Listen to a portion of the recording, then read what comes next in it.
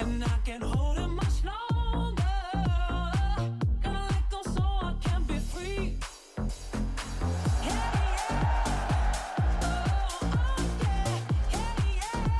It's happening. Cameron Maybin, welcome to the 2025 MLB regular season. The Dodgers are 1-0, on pace to go 162-0. Yeah, they look pretty good. No Freddie Freeman, no Mookie Betts, no problem whatsoever. I mean, Yamamoto came out. He looked extremely good. Shohei Ohtani continues to hit missiles all over the field. Michael Conforto, a nice sight to see. Just more depth when you look at the Dodgers lineup. So, yeah, you know, my first prediction was wrong. Dodgers may be going down game one, but it's looking like a lot of success in the future for the Los Angeles Dodgers. Absolutely. Yeah, Conforto's kind of the forgotten guy from the offseason because they did so many other things. Roki Sasaki's going to start tomorrow. We'll get into that in just a second. Of course, the bullpen looks ridiculous. Tanner Scott added to the back end. They won that bid. We did a post-game show all over this game one between the Cubs and the Dodgers. Dodgers won at 4-1. Max Muncy joined us live from the dugout right after the game. So if you want to check that out after FT, we've got it for you on the FT YouTube channel. It was really good. We're going to do it again tomorrow. A post-game show, game two reactions. As soon as the final out is recorded, we're there for you. So today we had Muncy. He's not going to be with us again tomorrow, but if you want to check that out, it was really good. He even gave us a preview of what to expect with Roki Sasaki for tomorrow, who will make his MLB debut, but he's doing that in Japan, where he's from and where he pitched in previous seasons. But it'll be game two of the regular season, and we'll see if the Cubs can grab a game back from the Dodgers. All right, so let's actually charge the damn mound, and we'll get into this series completely here with Freddie missing right now and Mookie Betts obviously not playing in this series as well. He's charging the mound. All right, so let's run through it on the game side and on the business side. I'll actually start on the business side. There's some really good stories that have come out in the last few days. Evan Drellick, for example, who's a regular on this show, is out there. And Kratz, he said that MLB is going to make around $35 million from this event. I don't know what revenue that's including. I don't know if that has to do with the merch and all of that as well, or if that's just on the tickets and the game experience. But regardless, that's a good number for MLB, but it's nothing in the grand scheme of what they're preparing for. This is all coming from a story in an interview that was conducted with Commissioner Rob Manfred. He said, we're expecting billions with a B out of Japan in the long term, and that they want to play more games out there, more events in Japan and in Korea, which they did last year. Japan would like to host games like this every 3 years. And why the hell not? Especially right now when Japanese talent is better than it's ever been. We have 5 players involved in this series from Japan, and all of them are potential stars, right? We haven't seen Roki Sasaki yet. Yamamoto should be, over the course of his career, a top-end starter, a 1, a 2, whatever. Ohtani is Ohtani, right? And then on the other side, you had Imanaga looking really good. He is a number 1 starter, top 5 Cy Young guy from last year. And Seiya Suzuki is a good bat. I don't know if he's a star, but he's a very good bat. But that's 5 players that are involved in this series right now. And sure, Japanese baseball is huge. They love Major League Baseball, but they love it now because of the individual players that they can root for. Because guys are making the jump from Japan to the big leagues a lot easier. It's not just one guy smattered in here and there. But to me, if they're looking to make billions from Japan, this relationship needs to be continually fostered, continually grown. If you watch the Dodgers telecast of the game, they talked a lot about the history of why some of the pitchers that come over wear the number 18, how Babe Ruth coming over to Japan and really helping, along with his Yankee teammates, helping introduce the game to Japanese people. And so there's a history there that Major League Baseball has extended, that has gone back in time.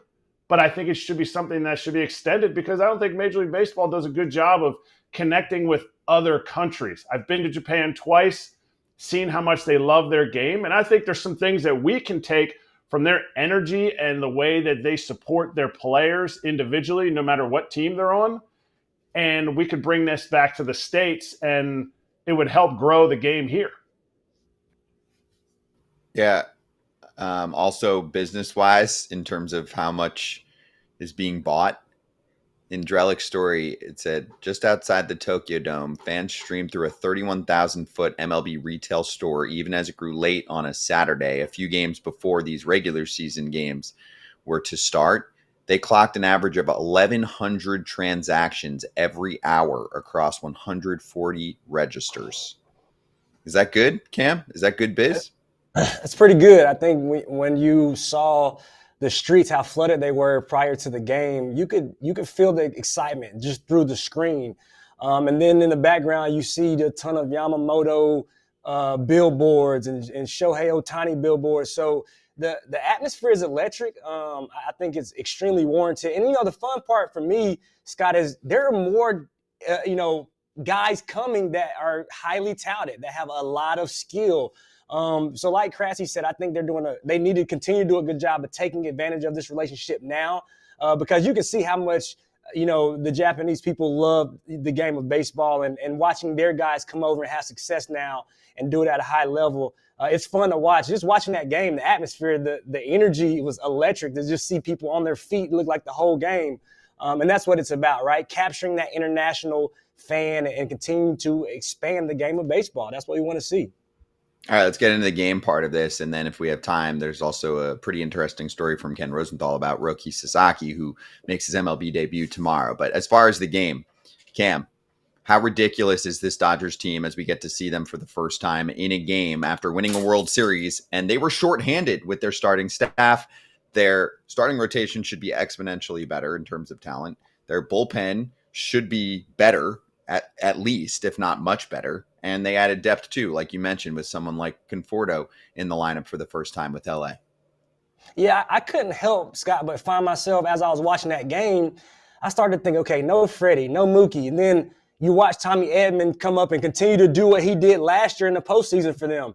He looks like a perfect fit. You're watching these guys like Miguel Rojas. These are guys that are just still quality players. They play such a team brand of baseball where it's pass the baton. If I didn't get the job done, the next guy will pick me up. It's so deep when you look at this roster. It has me shaking my head as I sit here and go, how can I ever, pick against the Dodgers when you look at that? This is a team that when you watch their starting staff, when you look at the bullpen now, even watching Tanner Scott come in and just dominate that inning, if this team gets a lead, they're going to be tough to deal with, on top of having the ability to play from behind also. There's no panic in that lineup. And then I forget, and then guys like Will Smith come up, and these just different guys that you aren't thinking about still in this lineup. Max Muncy takes a pay cut to stay with the Dodger. He controls the zone as good as anybody we've seen. Just quality at bat after quality at bat. Just so many ways to beat you. It makes it fun to watch, but it also makes me wonder, how special this team could actually be when you talk about a regular season standpoint. This could be a historic type of season when you look at the talent if they're healthy. And we won't even see Blake Snell or Glass now this series. So it's crazy when you think about how loaded this team is. Not even talking about the pitching staff, but talking about the lineup. They have team at-bats. Team at-bats. Even if Freddie and Mookie aren't out there, you saw when Ben Braun went in, hey, you know what? Shota gave up no hits. What he was doing, riding that fastball. Max Muncy, if you watch the interview, he talks about how there in that stadium, being at sea level, that ball rises a little bit more, so it's spinning a little bit different, more pop-up strikeouts. But if you look at when Ben Braun first came in, his first inning, everybody was swinging at the same pitches. Even Will Smith, the ball that he hit, he was swinging at that breaking ball. They weren't afraid of it. As a team, they weren't afraid of it. Shohei, bang that ball to right field hard. Like, they were swinging at pitches, a pitch that they knew they could hit. And so teams, when you see that, you have to see that trend early, and you have to be able to make the adjustment, because this lineup goes together. They talk about what they're going to do, and they bring their approach against that pitcher in that moment as a team. Hey, I want to add to that too, Kratzy, because you're absolutely right. And to add to Kratzy's point, why it's so important is because when you look at the longevity of a season, The Dodgers have the type of team that will wear out starting rotations and bullpens because they have such team and quality at-bats. They are not afraid to foul pitches off. You watch Max Muncy, even his first at-bat, I think he was at 2 strikes, and he had like a little check swing just to get another pitch.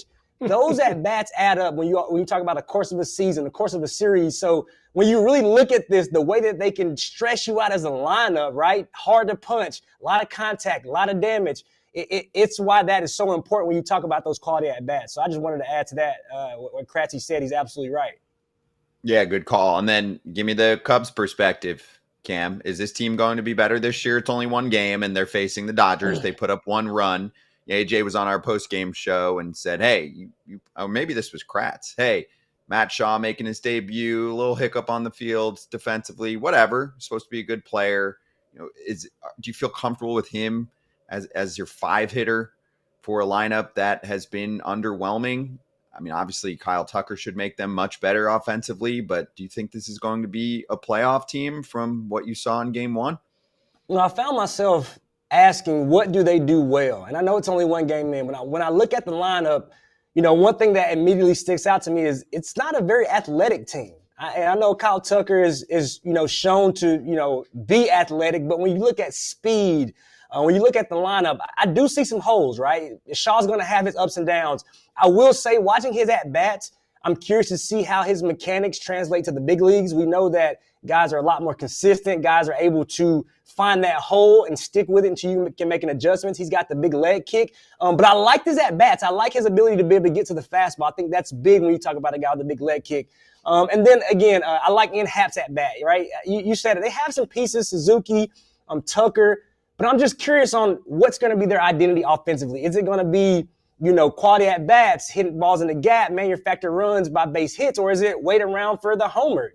Because when I look at this team, they just don't strike me as a super athletic team. So I am curious, what they're going to do. The pitching, I actually, I told Mark here, Ben Brown, I actually liked his stuff, right? But he's facing a extremely competitive Dodger lineup. I think that guy could be a great bridge guy. If he's your bridge guy that can give you 3 or 4 innings during a game, I think that bodes well for the Cubs. I really like him that spot. He attacks, showed pretty decent command. But I do think they still have some holes. I'm still worried about the bullpen. After Steele and Tyone, I'm curious to see, how they are able to compete. But it's a long year, and you have to remember, they're competing in a division where the Pirates didn't do much.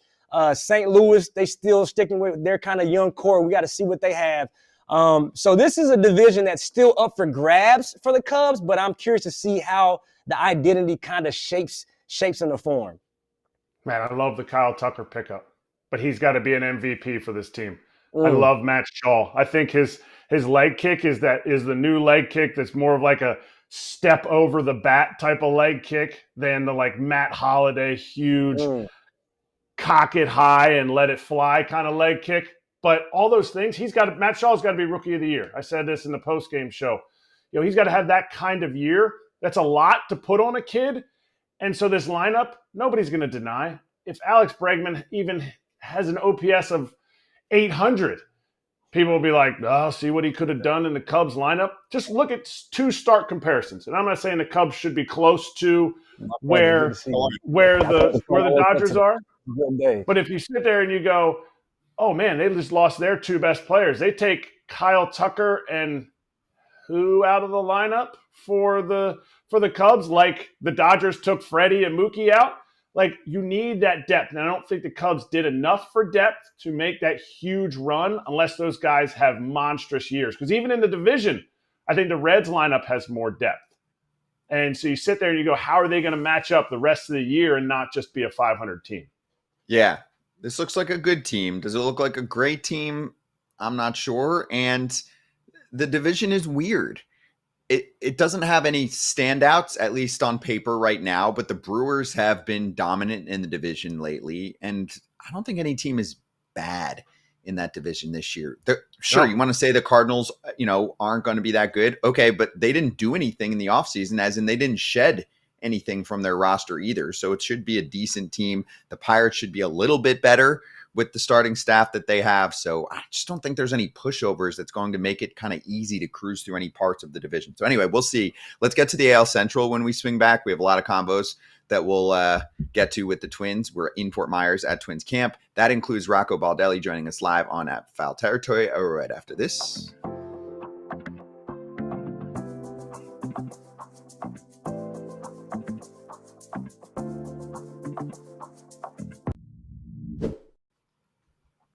Okay, FT fam, this episode sponsored by Arena Club.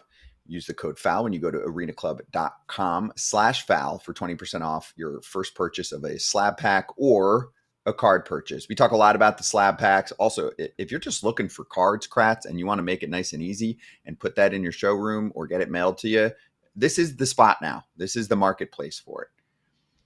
This is what if I had this when I was a kid, my mom wouldn't have had to be like, get your boxes of cards out of here. You need room in this closet, or I need to put this other stuff. And then you just have, because I love actually holding the physical card. Something about it, like being able to turn it over, reading the back. I think they do such an amazing job of just telling the story of the player. But if you don't have space or whatever, or you're just getting the best cards sent to you, to me, that's huge. And it's like, it's a display on your phone. Yeah, it's funny. You like doing that. I am often not organized enough in the past. Oh my gosh, I had cards everywhere just like you. So if I could just store them digitally and just get a few that I hang up and show off, and then I'm trading the rest, that would have been the move. And you can, put your finger on the card digitally and move it around. But anyway, you own the card. You own the physical card too. So check it out. 20% off your first slab pack or card purchase by going to arenaclub.com/foul. Use code FOUL. That's arenaclub.com/foul, code FOUL, for 20% off your first purchase. Okay, so Rocco Baldelli is joining us in about a minute. He's getting set up with his mic and all that next to Cam. The spring training schedule is coming to a close. We are almost there. So thank you, Detroit, yesterday. We're in Fort Myers today for the Twins. Staying in that city for tomorrow's Red Sox camp appearance. First time we'll be at Red Sox camp on FT. It's one of the only Florida camps we haven't gotten to yet during our first couple years of existence. And then we will finish strong with the Atlanta Braves. All right, back in a minute. We're going to talk to Rocco. Also scheduled to join us, Willi Castro, Harrison Bader, and maybe one or two more. Hopefully we'll get Pablo Lopez, who's always a great conversation as well. Let's talk about this Twins team next on FT.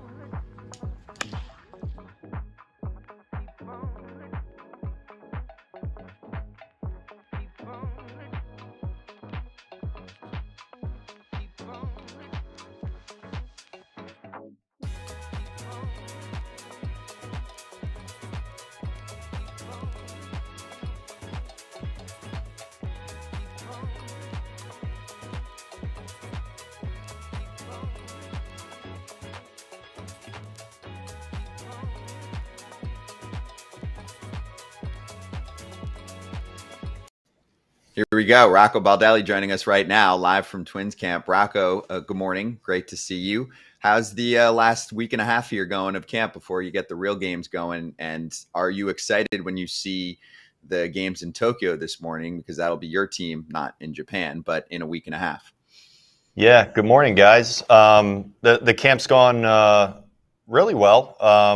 Got a great energy and mix of guys in our camp that many of them have been through these spring trainings before. They know what they're all about. They know they're about getting to the season in the best possible form with the right feel of the club. But our clubs come together really well. One thing we did was we got our guys out there on the field to play in more games, get more at-bats, be on their feet more, to try to get them mentally and physically as ready to go as possible, as opposed to the slight, sometimes it almost feels like a slow play almost at the beginning of camp these days. But we set that aside and got right to work, and all the players they've taken to it, especially the veteran players, which was great to see. They were ready to go.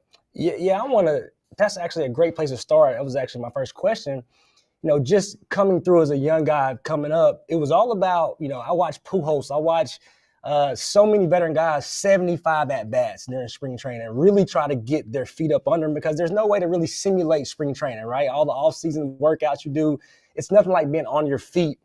How did they take that message when you say, hey, this is the plan? I think playing more, not only playing more, but playing together bodes so well for you going into the season. Yeah, I think one of the main points, I think they took it on a personal level in a way where they're like, this is going to help me. This will help me get better. And the more at bats, the more pitches, the more I'm on my feet, the better I will be. But also as a team, we're preparing more as a team. We're out there as a unit. A lot of the guys that play together in the infield are getting just more action together. And I think they're finding that they're getting that communication and relationship on the field sooner than they normally would.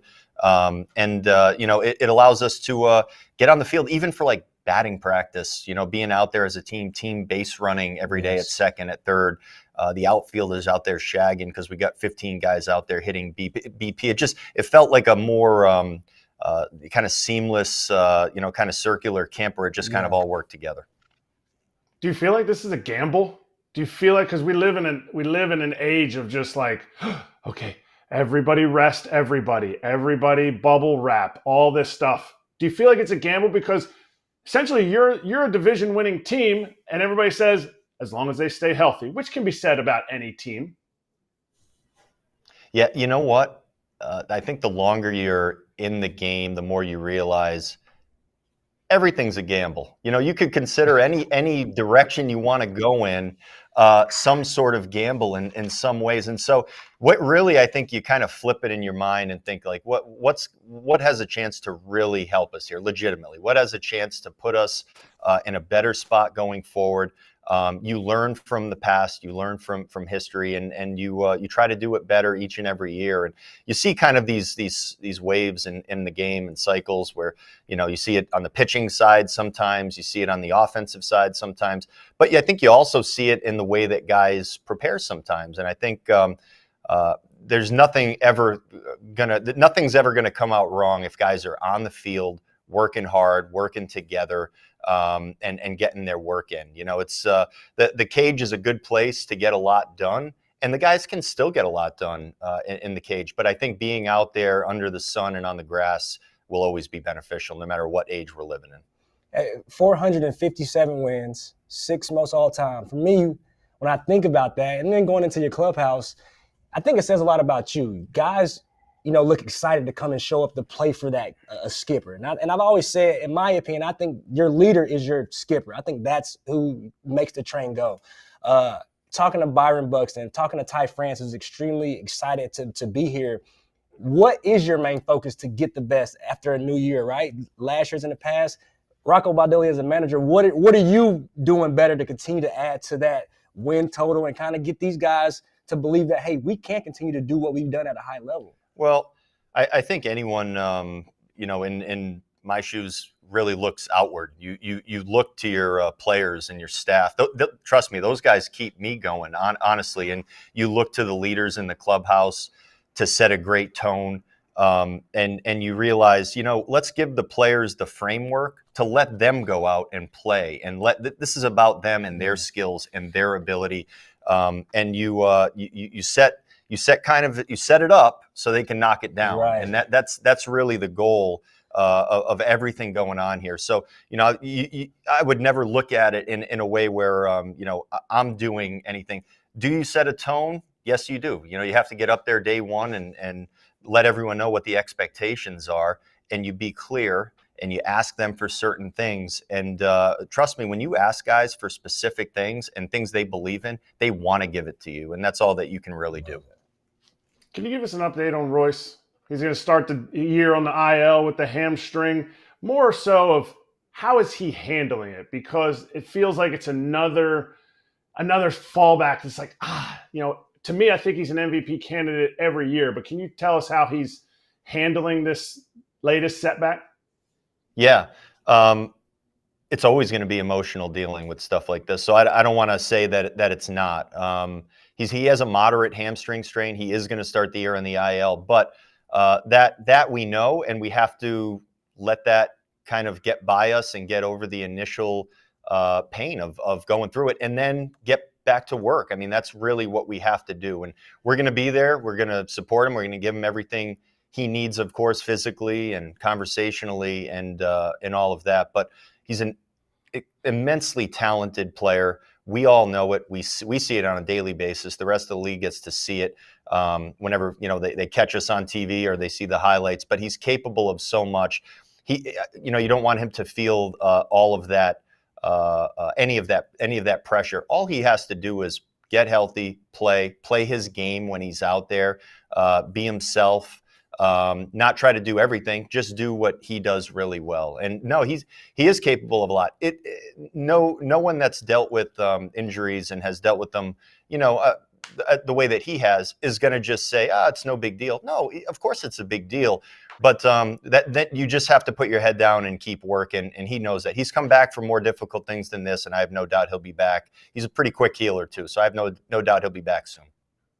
The extreme case of depth. We just watched them play the first game of the year, the Dodgers. They have depth on depth on depth. Two of their best starters, MVPs, didn't play in the game. Do you feel like you guys have enough depth? Enough was done in the offseason? Because you can't just lean on, okay, this guy had a great minor league season, we're going to lean on him. Do you feel like you have enough to make it through 162 games to be at your best when you're in the playoffs to win a World Series? Yeah, I feel confident that we have a roster that's capable of a lot of different things, because one thing we take a lot of pride in here and we try to make sure we're prepared for is having guys that can move to different spots on the field and not just do it, but do it very well. And, you look up and several of the players that are having great camps right now, guys that are very versatile players like Willi Castro. He's going to move around now a little bit more.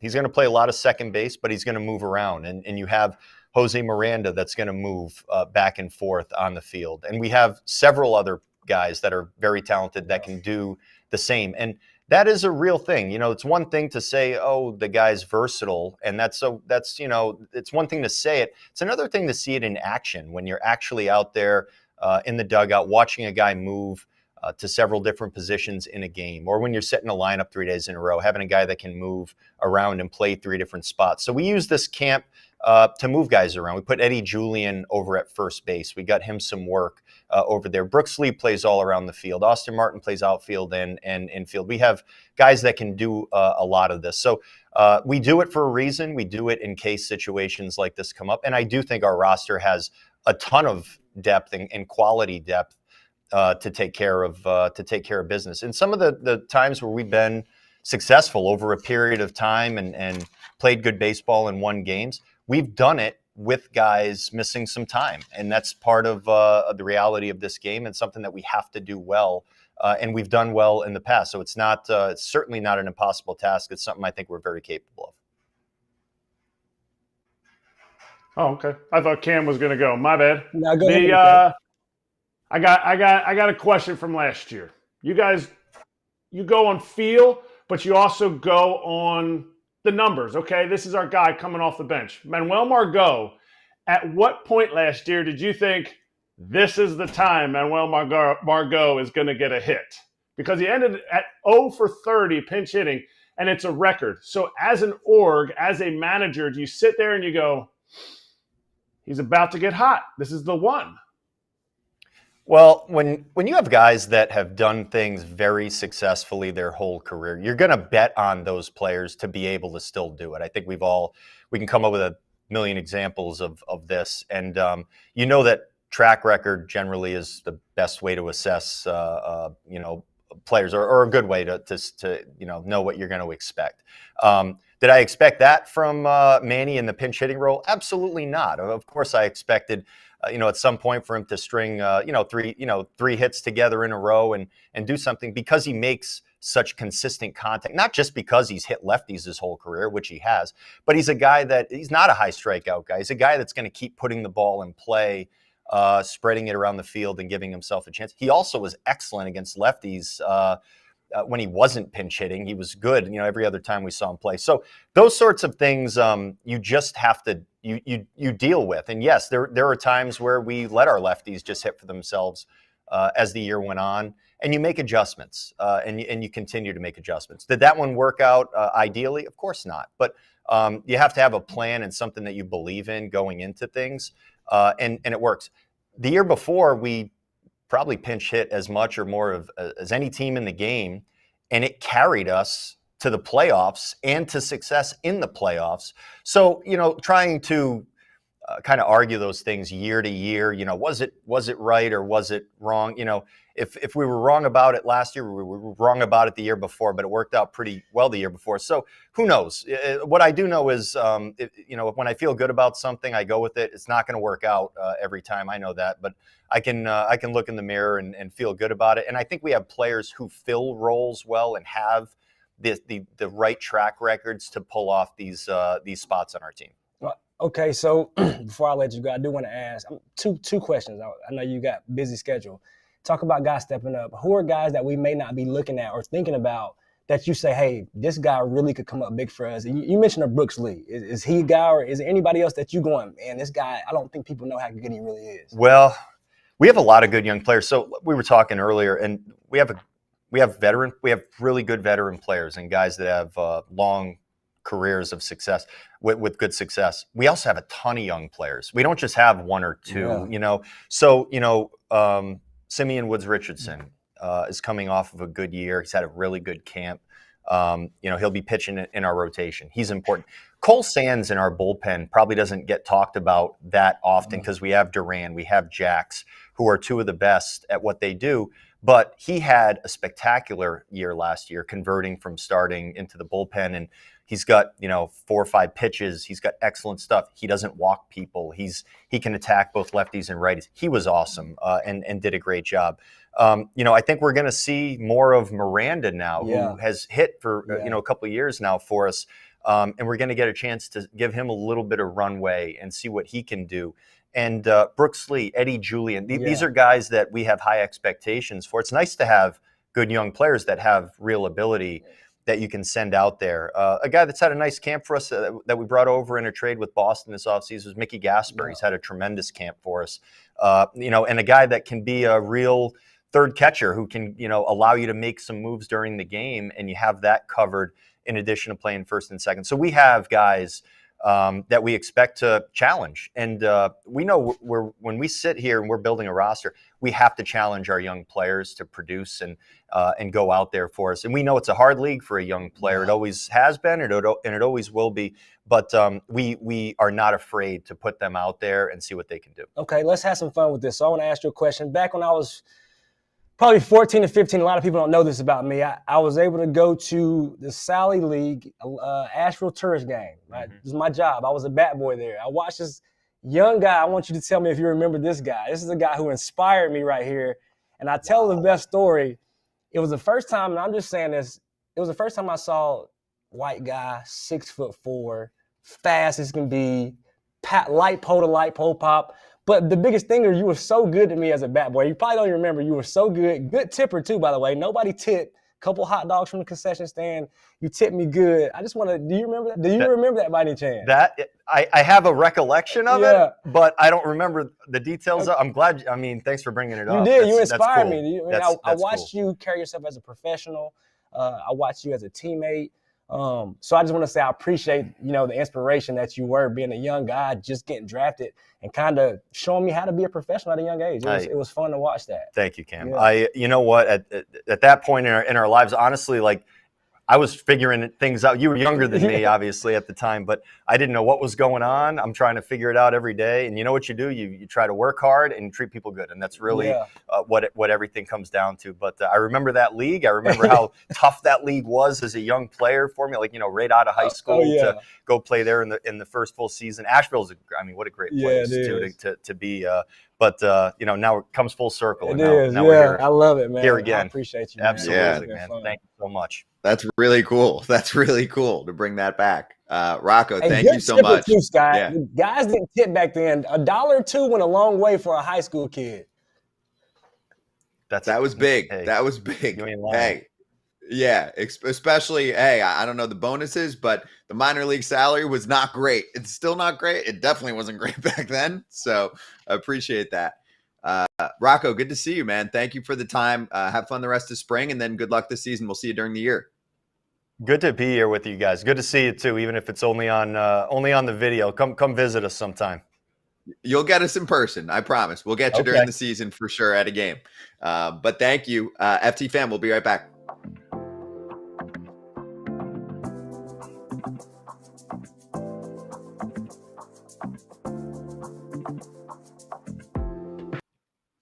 All right, Kratz, this is all you. We got a busy show, and we didn't have you on for this last week. The Marlins were doing their whole practice squad. Come on over, daily wage, $150, and you can be on the practice squad. Meanwhile, MLB apparently was on this because then the union calls, and they're like, wait, what are we doing? So you contract minor league teams. Now you're just trying to hire locals to get involved here. That seems like a violation. So they squashed that. The Marlins kind of played it like, oh, they didn't think this through completely. They released it too quick. The LinkedIn post got taken down. What a freaking disaster. It was trash. And I was driving when I was listening to you guys talk about this, or I would have commented in the chat. I was pissed that you guys didn't blow these dudes up for that. I know it went quick, but look, like it's not funny. It's not funny to try to like take things away. They're trying to take teams away when, oh yeah, they finally raised the salary of minor league players, and then they cut some teams, so they really aren't paying that much extra money to minor league players. And then they're like, oh, hey, everybody wants to play in the big leagues. Everybody wants a chance in professional baseball. Come on out. You know what? We might not even need you on Thursday, but it's okay. Like, just be ready from 12 to 5 every single day. It's a trash move by them, and it's a way to try to cut costs and to undermine what has been going on for years. Don't try to cut costs and undermine how players get developed by, just trying to think outside the box. If you want those guys and you need them to practice in games, sign them. Give them a contract. Give them health insurance. You don't get a lot as a minor leaguer. Don't try to undermine and cut the costs of those guys also that are not getting a lot. It was a trash move, and kind of shows what they've done totally in the big league org too, not just in the minor leagues. Yeah, they're trying to cut costs everywhere, and it sounds like they might get themselves in trouble again for not spending enough. There's not a floor by any means in Major League Baseball, but what they've been doing is criminal this offseason and really the last couple of years. But they said, it wasn't vetted. They before they got it finalized, they didn't run it through everywhere. Stop it. You had this idea, you put it out there. They thought that they're in Jupiter, so it's close to South Florida. They can get some good baseball players to come through basically for free to be on a practice squad, since there's less going on with the minor leagues and less people in the system these days. So yeah, it was pretty crappy. It's terrible. It's terrible. They need to, they don't, and they're talking about contracting more minor league teams. So you're going to see stuff like this that has to be stopped before it starts. Yeah.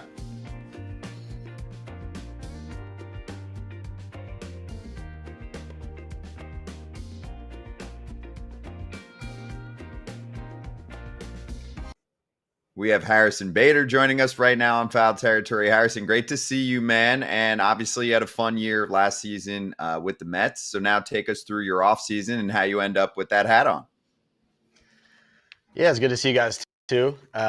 Listen, last year was awesome. I think every year that, we get an opportunity to put the jersey on, you just stack experiences, you stack time with players you haven't played before, and you learn a lot about yourself. And I think last year was no different. We had a great run. And carrying that into the offseason, I think, was great, because the previous offseason I was coming off of surgery. So having a full offseason and just, stick to my work and prepare for this year, it's been great. And, obviously you mentioned the hat that I'm wearing now. I'm just really happy to be here because the biggest thing going into the offseason was just, again, to set myself up to be on a team that's competing to win. That's all there is to it.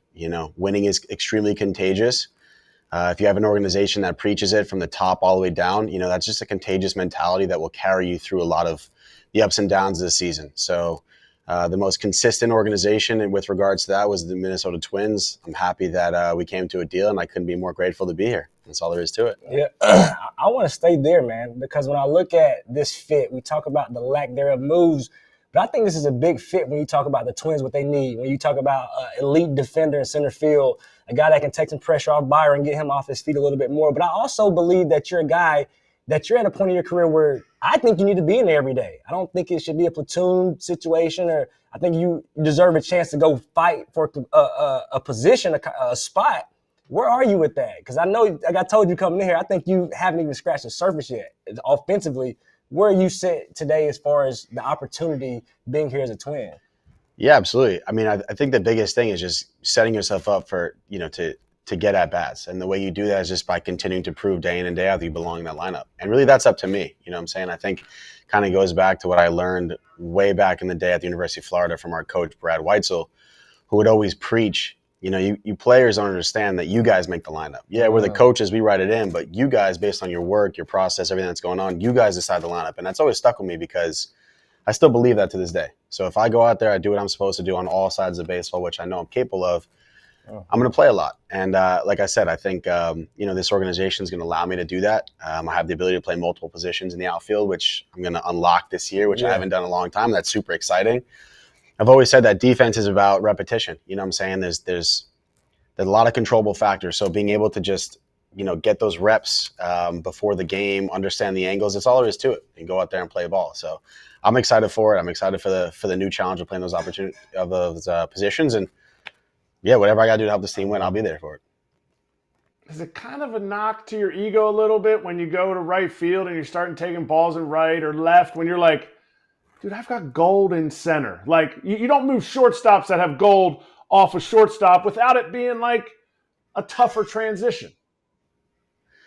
I don't know if I'll accumulate the innings, but in my head, I just go, all right, let me win a Gold Glove in right field then, or let me win a Gold Glove in left field. That's always a mentality. And at the end of the day, if I'm in right field, I just unlock the chooch. You know what I'm saying? Yeah, maybe. Just let it eat. I like but it. no, I think listen, I was a center fielder in college, and I got moved to the left field, and I told my coach the same exact thing to his face. I said, I'm going to be the best left fielder in the SEC, and I was, in my opinion. So I think that's just a mindset, honestly. It's something I'm not used to, but through repetition, through a good mindset, through understanding my angles and make it physical, I'll be right where I need to be. And again, it really comes down to I'm in the lineup for a reason, so I got to be the best version of myself. And anything that's not working positively towards that end goal of winning and helping this team win in whatever position I'm at in the outfield, is meaningless to me. So I'm going to go out there, whether I'm in right, whether I'm in center, whether I'm in left.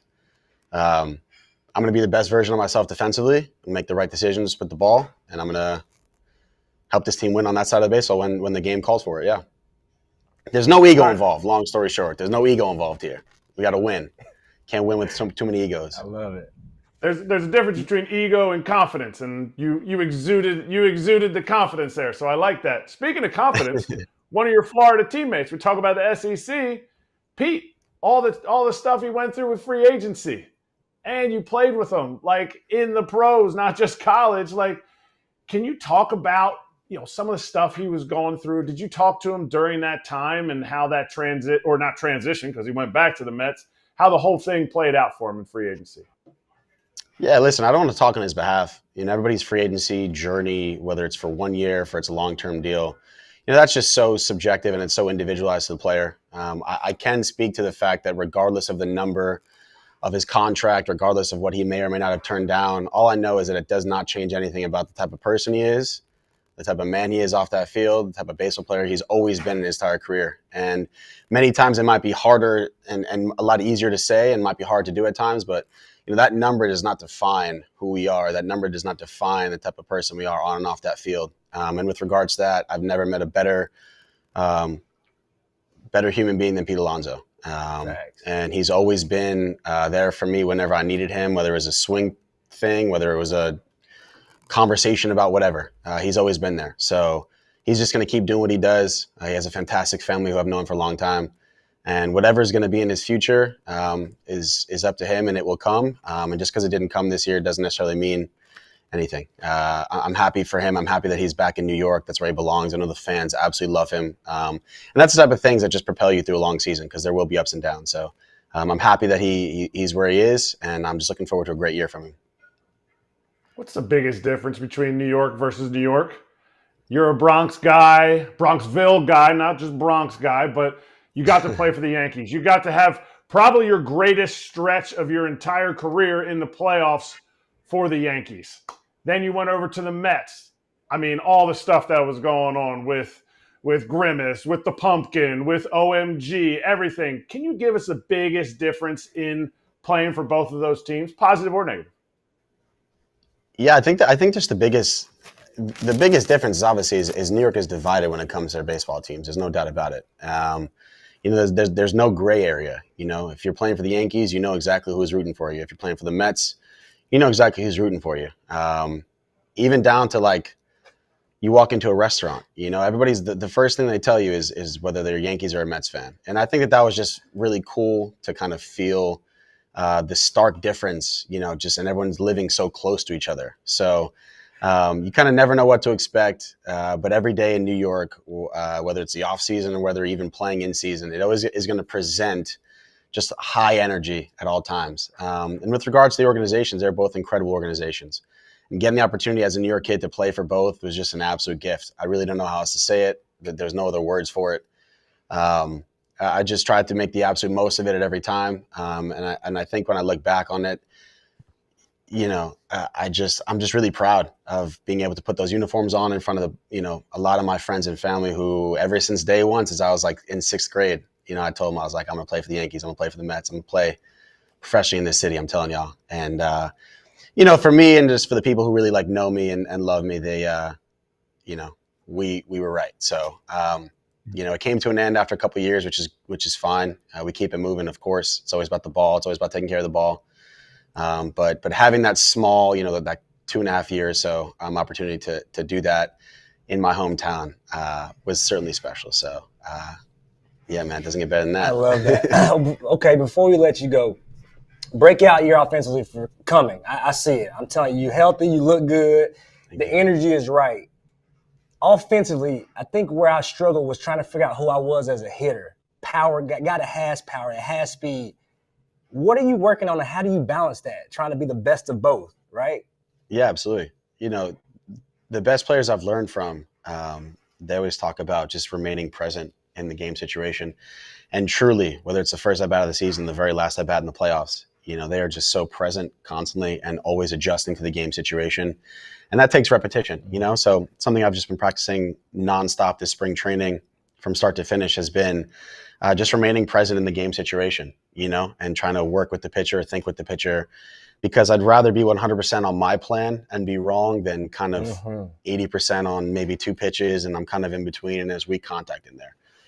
I've also really been focused on just hammering, you know, the big part of the plate wherever I'm looking. You know, sometimes that's different. It might be middle in, it might be middle away, it might be middle up, whatever it is. But just really honing that in and just training that swing because, you know, listen, these guys are human as good as they are, but they do miss. Yeah. And I do think this game, as much as it is about what you swing at, it's also about what you don't swing at.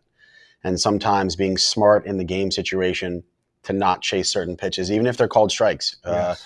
You know, a good pitcher quality strike is different than a good hitter quality strike. And I think if I just stay consistent with that, you know, I've done it for a month at a time, 2 weeks at a time, 2 months at a time, but I haven't fully done that for a full season yet. And that's just something that's certainly a challenge for all of us, but something that I just want to do. And I think that if I own the zone that I did my research on and preparation on, I think I'll have success on it. Real quick before I let you go, because that's huge. When I was with the Yankees, not to harp on it, that was the first team that I was with where after each month they came to me and said, hey, your chase rate was up a little high or your swing decision was a little bit better. Did you get any of that or do those things help you, right? Kind of stay locked in so you can have that 2, 3, 4 month period of consistency. Is that something we're looking at to kind of reiterate where we are each month or each 2 weeks? Is that something you're going to add in to kind of, okay, this is where I'm at? Yeah, absolutely. So this is obviously my 4th organization. Yeah. So you realize very quickly, and Willie McGee told me this in St. Louis, and you got to be your own like business, your own company, your own factory, essentially. What he meant by that was like, as an outfielder, you know, you got to be so honed in on your craft that if you go to a different organization in the middle of the season, they got a different system in there, you can't all of a sudden switch back and forth, you know, so you got to do what you got to do. And the reason why I bring that up is because, you know, I have my own people. I know a lot of guys have their own guys that they work with in the off season, that they work with obviously in season that give them data, reports, feedback. And honestly, it's a daily thing. And I think that if we're so dependent upon, you know, our organization to provide us with that information, sometimes it could be more catered to what we like or what we thrive on in terms of information. So it's really important, again, to build your team behind you, because you want to be a whole force going into an organization.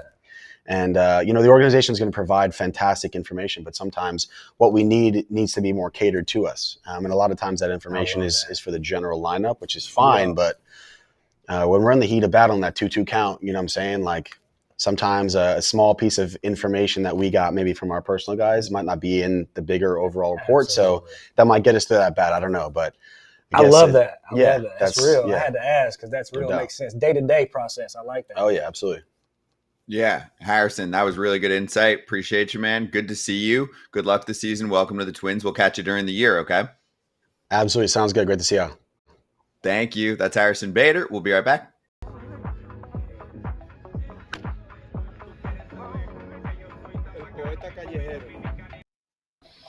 All right, FT fam, a couple injury suck notes that we'll get to now since we won't have time later. Tobias Myers down, oblique issue, probably going to miss first few weeks at least of the season. Kratz, good thing they signed Jose Quintana, by the way. But yeah, there you go. Open up the season on the IL. Return before the end of April is in play. Pat Murphy said, I think it's a little better news than we thought. But thoughts on the Brewers rotation and, what should be more of a fight for them this year? We keep talking about this team where it's like, oh, they lose this guy, and then nothing really happens. They're still the same. So we'll see. This was one of their stars, their breakouts, who we just spoke to last week. Who's going to be the Tobias Myers of 2025? Because he kind of came out of nowhere. You see his stuff, and you're like, whoa. They never overexposed him. He wasn't an innings eater guy. But this is how this team finds value, whether it was Counsell, whether it's Murph, whether, I guess Hookie's been there for a while, pitching coach, but, they cycle guys in and out because they're not afraid to give guys opportunities, but they also kind of build the lane that they put them in. Tobias Myers is no different. They have some legit arms in the minor leagues that might now need to step up sooner than they thought they were going to have to. Again, we're always talking about depth. They just don't have a ton of depth, but what they do have, they trust in. And that is the biggest thing. Confidence, whether you have it or someone else has it in you, will take you so far in this game because everybody is really talented. Whoever has the most confidence can succeed. This is an unfortunate injury, but it seems like he'll be back based on the imaging. And the thing is, this team actually has quite a few starters that should be returning throughout the year. I mean, Ashby's hurt. Myers will come back. DL Hall will come back. Brendan Woodruff will come back. Robert Gasser will come back. They have a whole rotation that's on the IL, which you can look at as bad, but also as, okay, let's get through the first month of the season, and then at least some of these guys are going to work their way back and be on the mound. So even though depth has been an issue, it actually could become a pretty good problem for them, at some point this season. So we'll see. Brewers are still going to be strong. That's the end of the story here. Don't forget about Jackson Chourio. Looked like a superstar the last 4 months of the season after the first two were All right, we'll be back with Ty France. He's sitting down ready to join us live.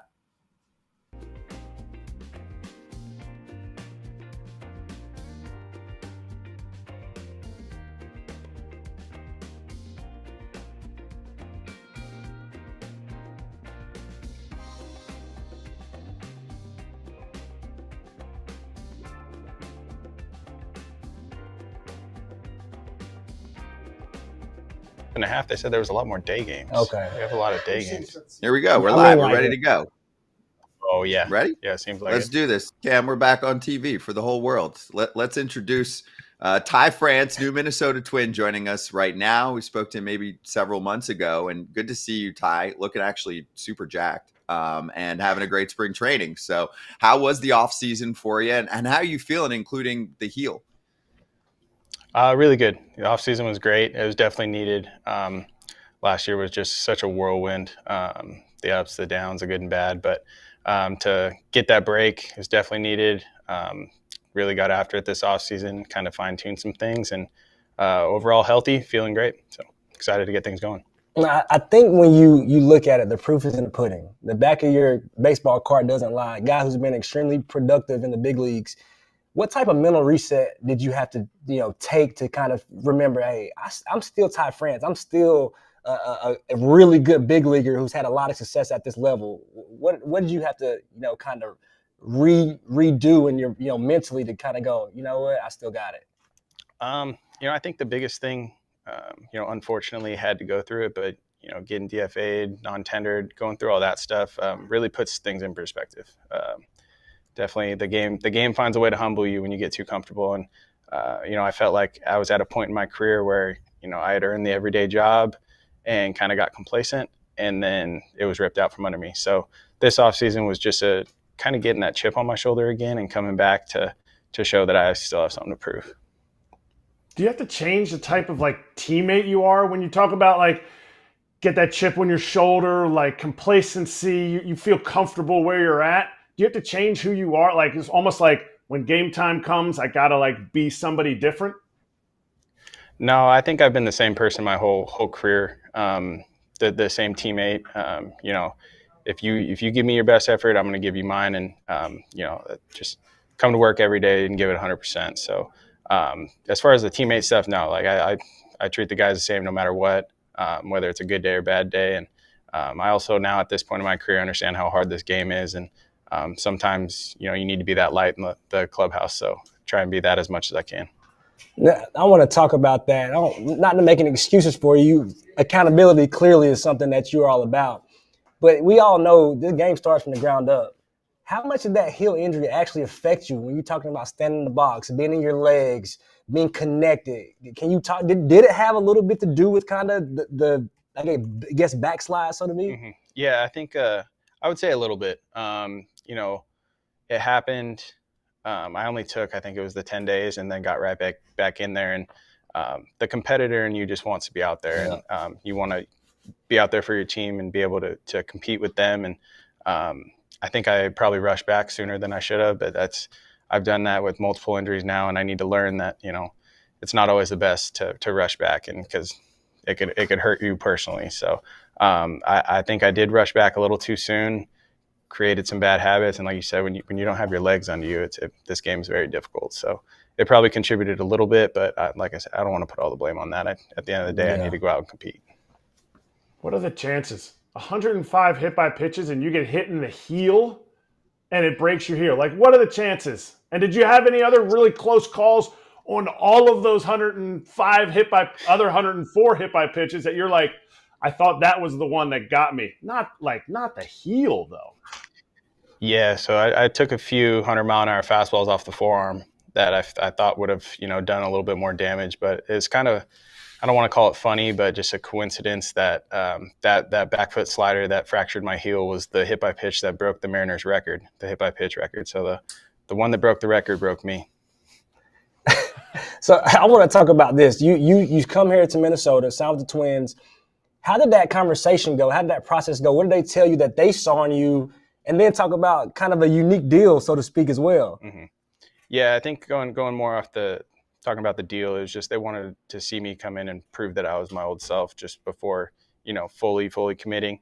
And so that was a lot of the teams this offseason was just they still believed I could do it, but I needed to go out and prove it. So for me, it was just trying to find the best fit where, I knew a group of guys here. I knew they were a good team, winning environment, and saw a lot of opportunity for me to come and help this team. So it was the best fit, and very grateful for the opportunity. Is that fair?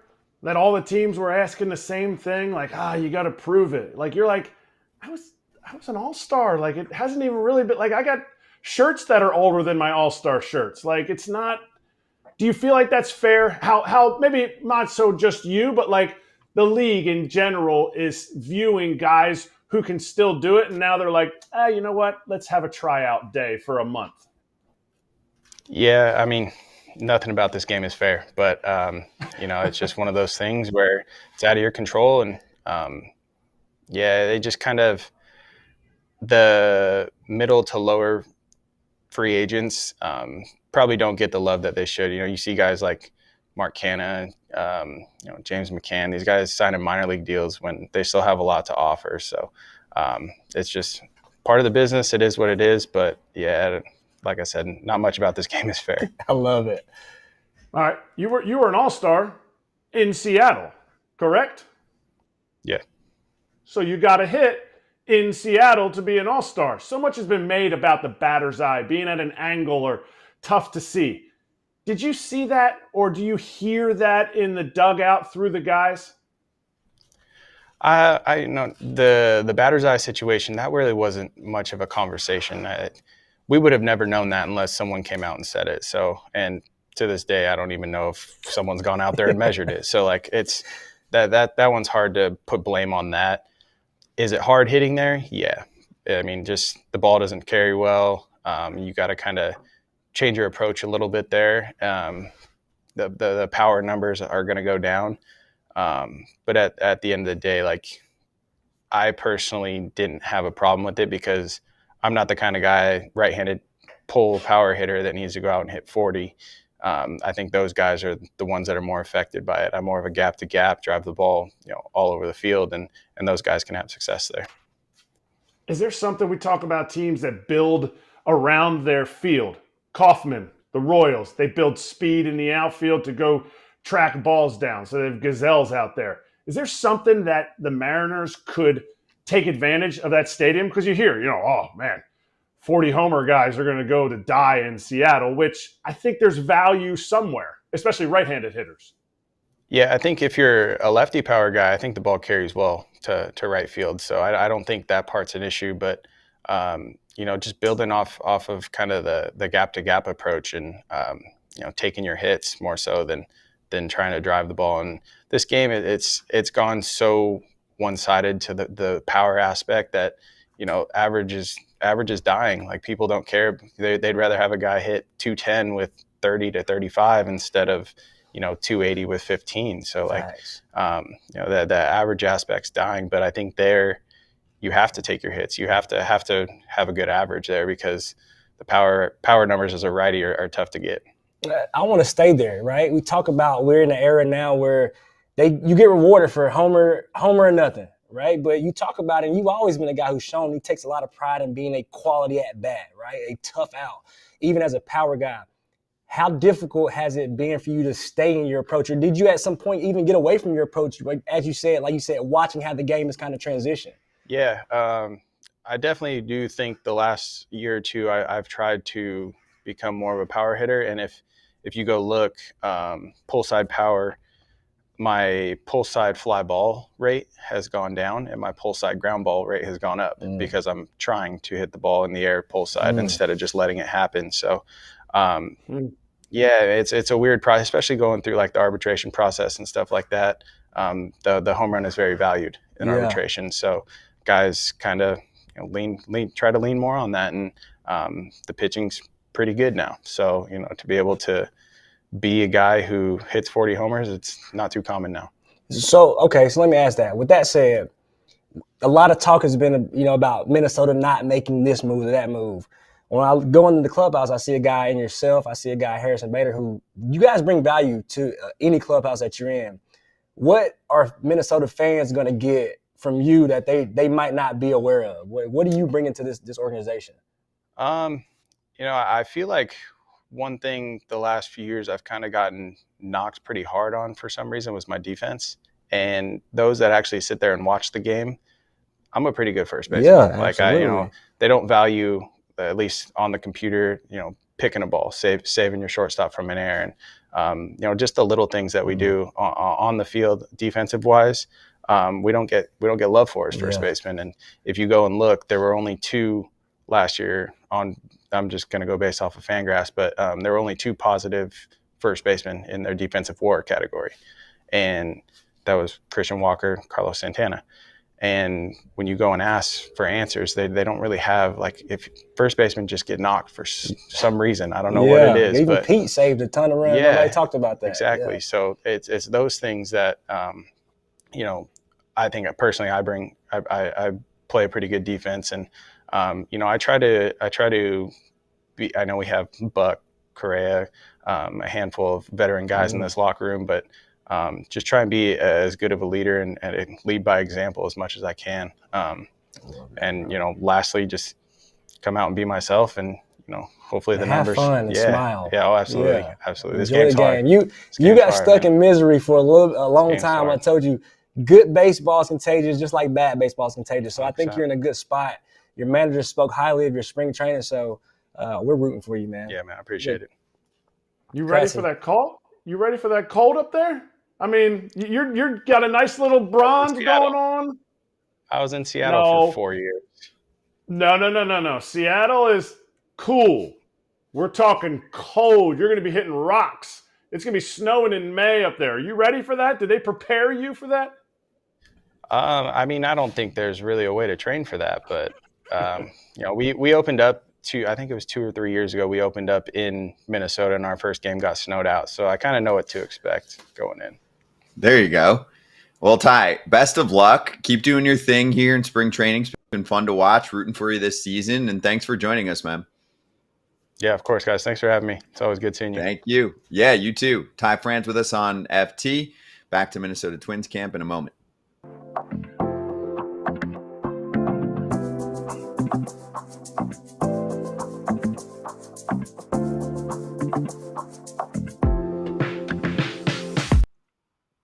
All right, here we are. And yes, am I right?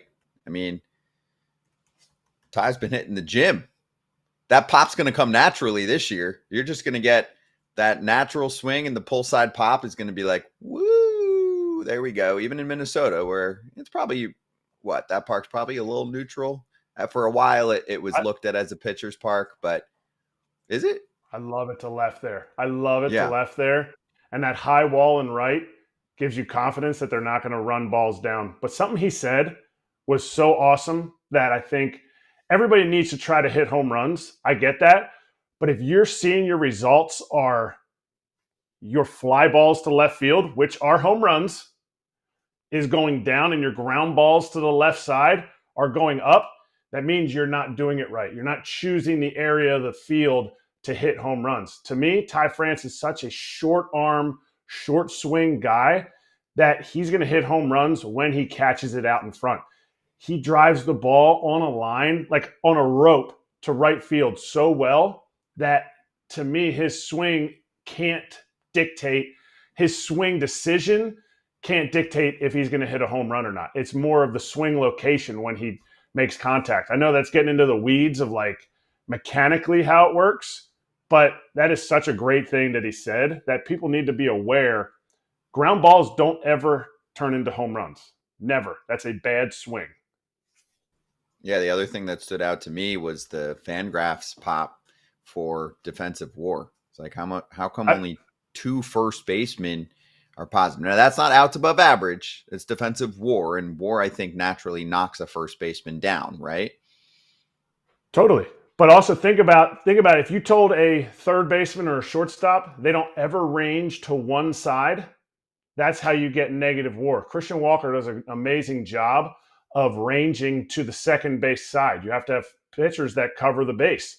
You have to have trust. Most first basemen only go to their left. So they play a little bit wider and they only go to their left. So any ball by them, they're getting dinged on those. And that's why when guys are like, oh, Pete Alonso's WAR is so low, or his defensive WAR is so low, it's like, show me the first baseman that have a positive. Oh, Christian Walker, Gold Glove, Gold Glove, Gold Glove.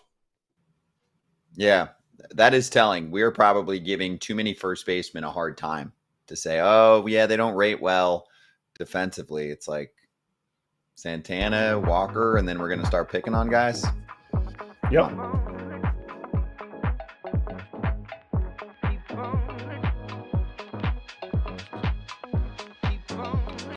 We've got 2024 All-Star and 2024 Team MVP, Willi Castro, joining us right now on FT. Willi, I know it's a new year, but how does that sound? I mean, when you think back to what you did last year, you were one of the most underrated players in the sport. I mean, I know when I got non-tender, Detroit, obviously I was feeling bad. I never expected that. I know I was trying to do my best to just help my team win. And, I got non-tender. I never kept my head down.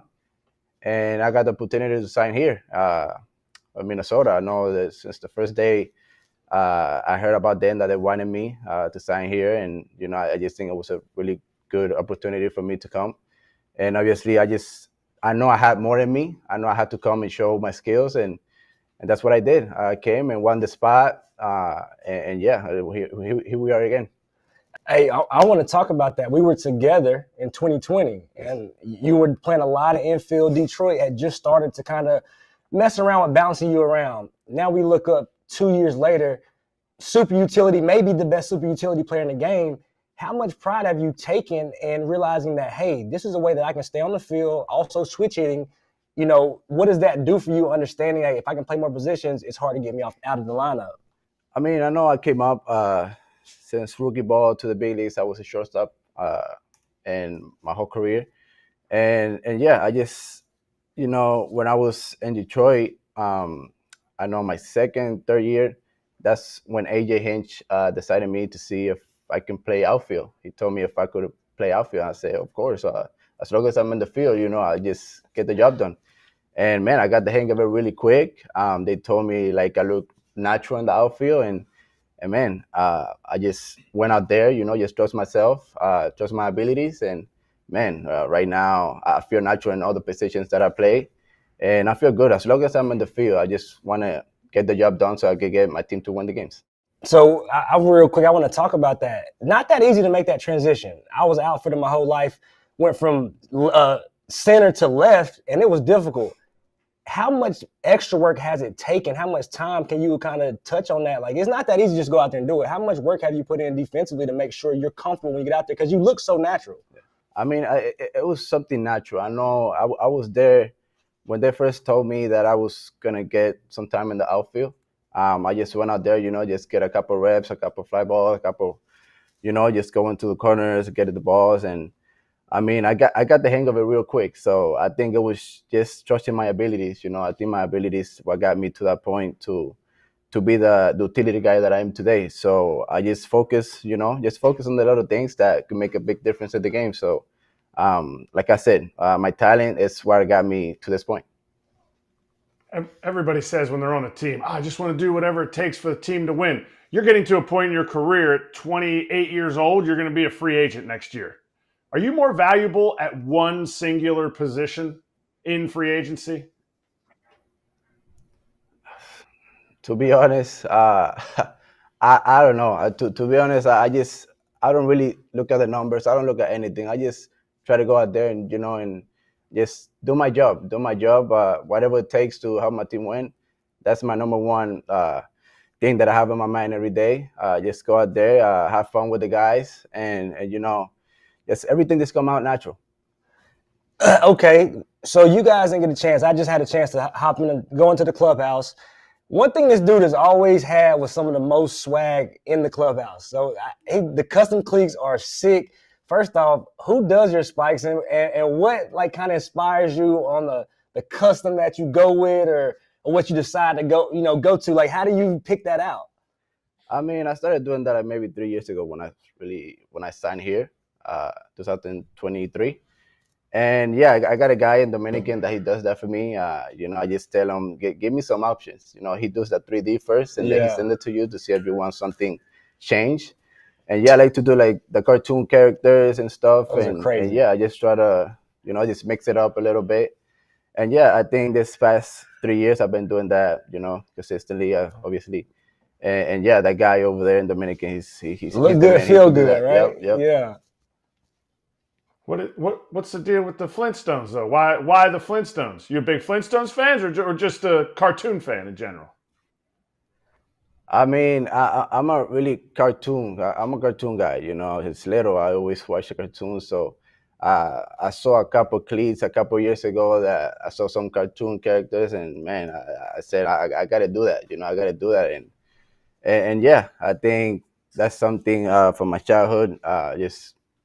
Just watching those cartoons, it's something that I still actually watch it. I still actually watch it. I know I'm 27, so I still watch it. I know it's something that I'm going to stop watching. So, hit by pitches. You broke the franchise record last year. 21 times. I mean, you can't just get out the way one time? I mean, I take them as long as I'm gonna take that base. My game right now is just be on base. I know, uh, just being out there and just trying to get some steals. I know I run a little bit, so I just try to be on base every time. Just get some walks, whatever it takes to be on base. I take those hits, and obviously probably is their report probably throw me in, so that's probably why I get hit so much. And yeah, I just go out there. I'm never expecting that they're gonna hit me, but I take them. I take them as long as I'm gonna take that base. To get my job done. He was better than me, Kratz. I was trying to move out of the way of everything. Before we let you go, a lot of people sat at home last year, kind of watched you guys kind of fall off at the end. A lot of people at home playing GM.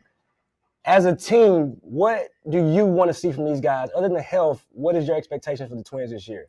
Expectation, well, I know we signed a couple more guys, Bader and Ty France. Man, this is gonna be great. It's gonna be great. I see them coming into camp, and man, they great players, great teammates. I got a couple talks with them, and man, they really fit in this spot. They're gonna help us win a lot of games. So yeah, I think the expectations is to win it all, to win the division, and just go out there, trust yourself. I feel like everybody's healthy. And yeah, expecting more. Last year it went so well the last month. We were losing a lot of games, but that's part of baseball. We were doing whatever it takes to win the games. But like I said, this is a sport of ups and downs. So you never got to keep your head down. It's a new year. We forget what happened last year. It's a new year. We want to go out there and compete. And like I said, this is a winning team. So we're going to just go out there and trust ourselves. I love it. Well, Willie, good luck this season, and don't be a stranger. First time on the show, you're a really good interview, so we'll get you during the year, okay? Thank you. Appreciate it. Appreciate you. All right, FT fam, we'll be right back.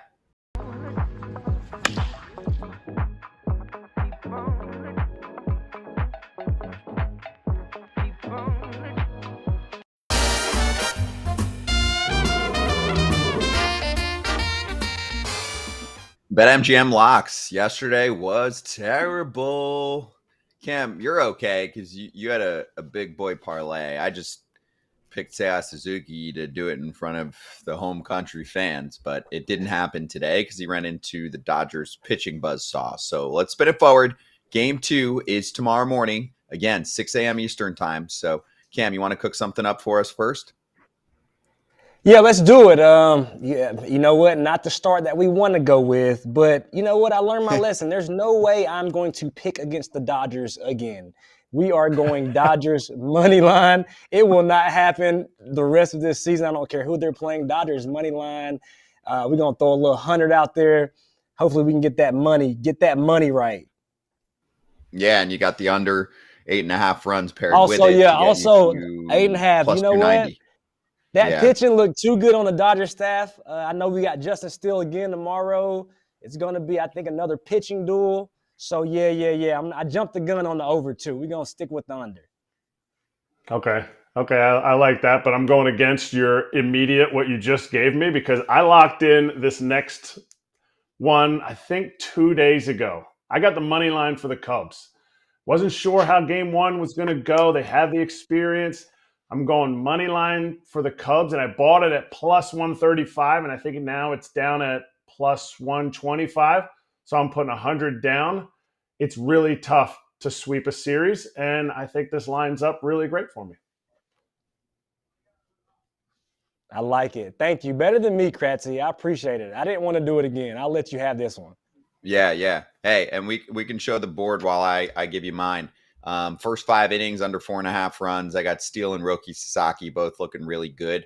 I don't think Roki's going to deal with the butterflies like Yamamoto had in his first big league start in Korea. He's in front of the home crowd in Japan. He's done it plenty of times here. So let's lock that one in. Minus 120. I'll throw down 120 to win 100.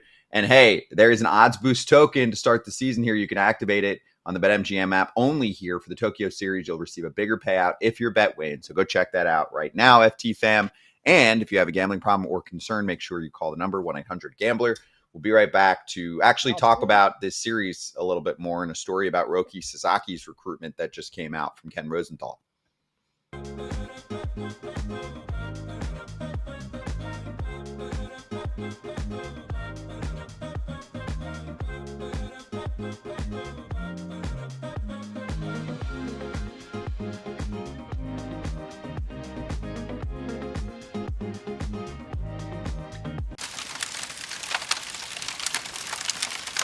Ken Rosenthal put out a story yesterday about Roki Sasaki and the recruitment process. He's about to make his major league debut. He is signed up to the Dodgers under team control for a while now, and he doesn't cost much. $6.5 million signing bonus, and he's a league minimum player this year as a rookie because he was signed away from Japan before he was eligible to be a free agent officially, a pro free agent like Yamamoto was. So the title of the article is Meet the Japanese Company That Irked MLB Execs During the Roki Sasaki Sweepstakes. Of course, Ken did a brilliant job of reporting and getting certain people on the record, even if they had to do it anonymously. Apparently, the process involved what essentially sounded like his marketing agent, a guy named Tomaki Sakai from a marketing company called Dentsu, and Joel Wolf was his actual player agent. But this was very different. Wolf was leading the charge with Yamamoto because it was a player contract, Cam. And in this case, the money was going to be about the same. Obviously, the Blue Jays and the Padres had a little bit more to offer, but not much. So they said that this guy Sakai was kind of running point on these conversations, and Wolf was instructed to give opening and closing remarks to teams, but then told not to talk in between, because to me, it actually makes sense. It is a marketing conversation. What does the marketing money look like for a guy who is not going to be paid his value for the first 5-6 years or more of his career? So there's a lot more in here. There were a lot of pissed off executives that felt like this was all a ruse and that he had it decided in his head already. So he asked teams to do homework on why his velocity was down. Teams presented cases with custom websites. Some of them even gave him a tablet to look at, and then they asked for it back when he didn't select them. They took the websites down, the whole deal. Obviously, the information was already collected, but a lot of execs just felt skeptical. And you even had one executive tell Ken Rosenthal, Dentsu, the marketing agency, had an agenda, and it just never felt like we truly fit with whatever that agenda was, and that they're skeptical moving forward when that marketing group represents a player. So I'm just curious for your take, because for me, I'm like, I get it, and you're going to be a pissed off exec. But if you really felt that was the case, then just take yourself out of the running. Nothing actually was done wrong here. He's allowed to have in his head a front runner. So if he said, hey, I'm going to probably pick the Dodgers, then he's allowed to do that. And if he feels like they have the best marketing machine, then why not? What are your thoughts from the player perspective? Yeah, from a player perspective, this is the time in his situation. I equate it to free agency. This is the time where you can be selfish, right? I don't have to care about how you teams feel, because at the end of the day, I'm only looking for one team to like me.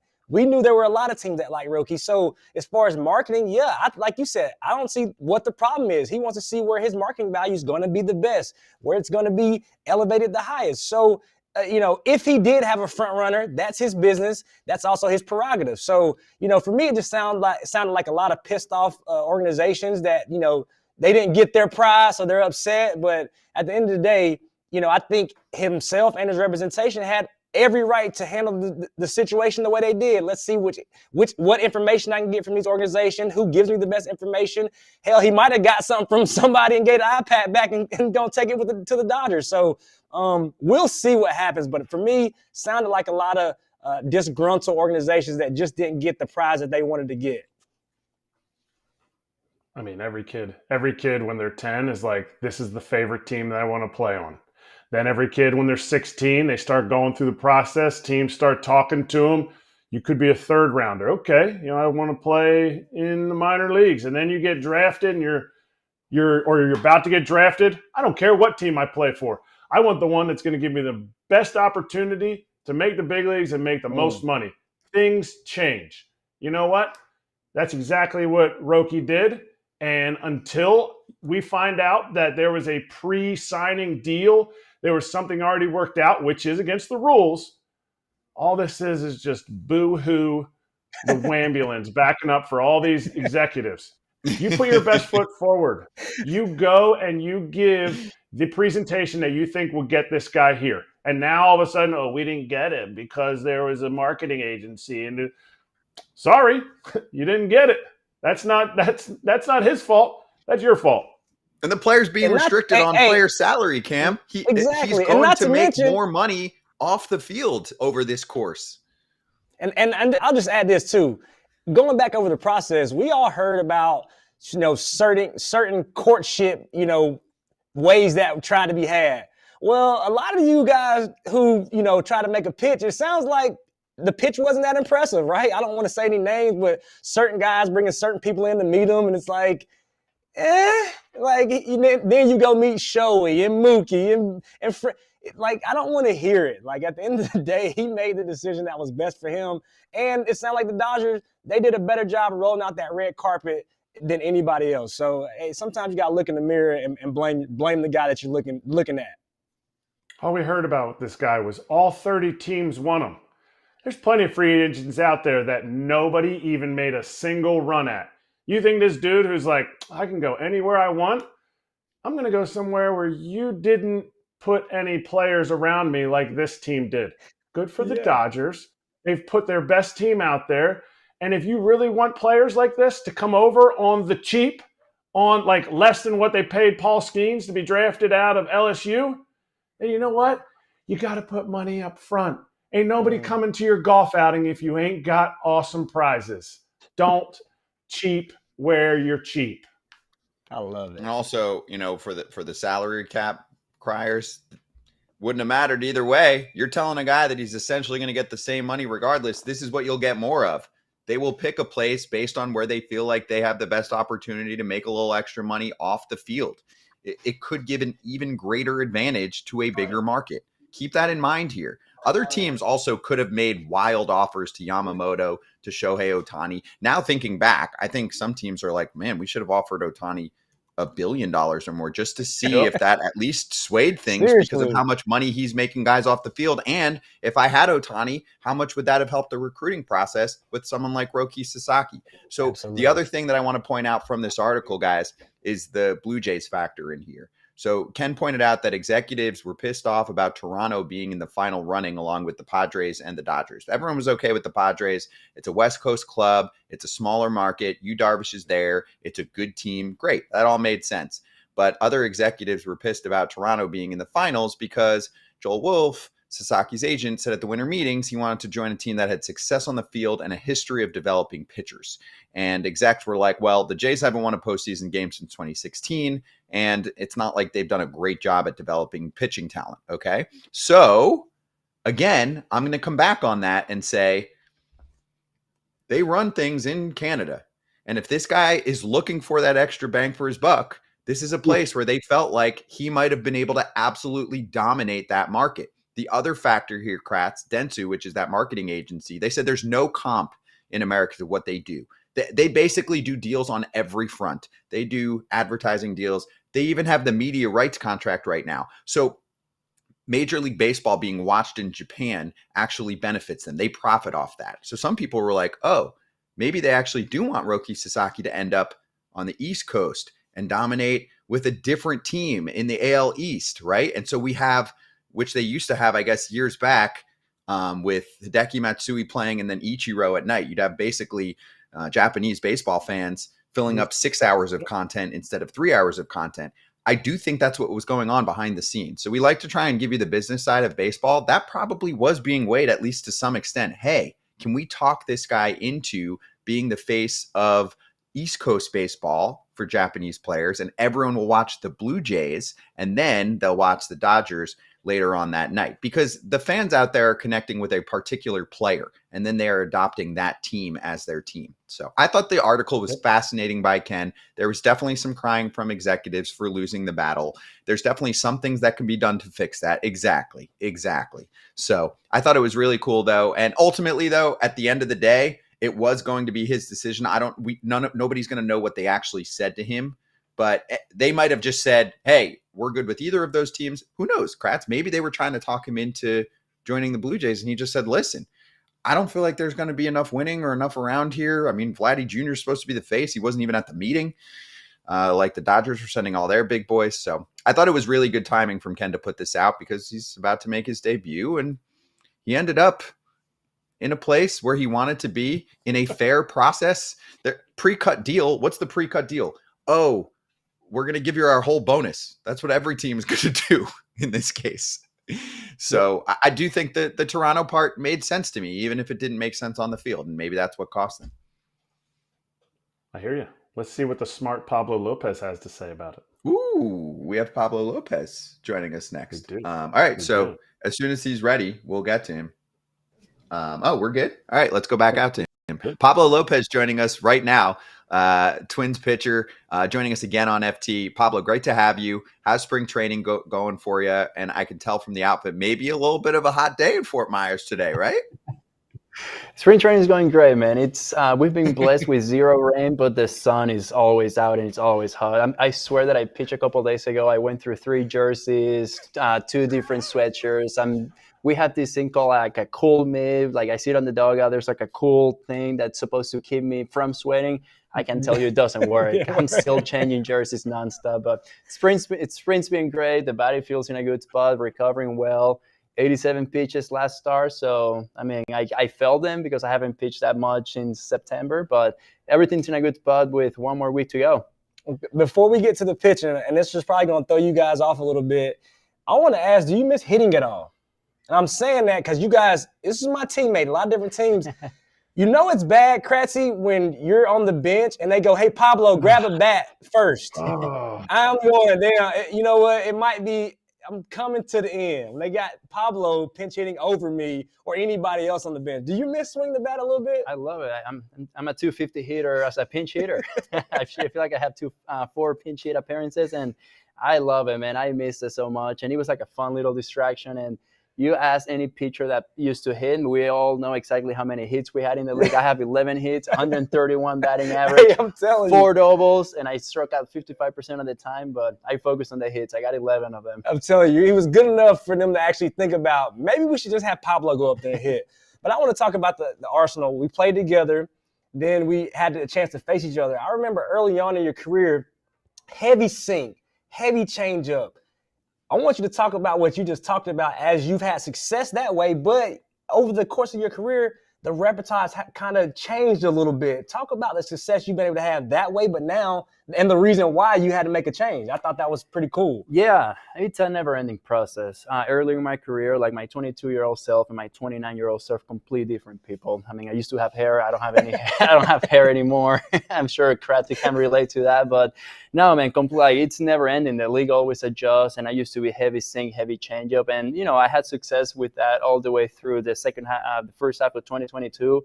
And I told you briefly before this started, I got hit by a line drive, I think in like May of 2022.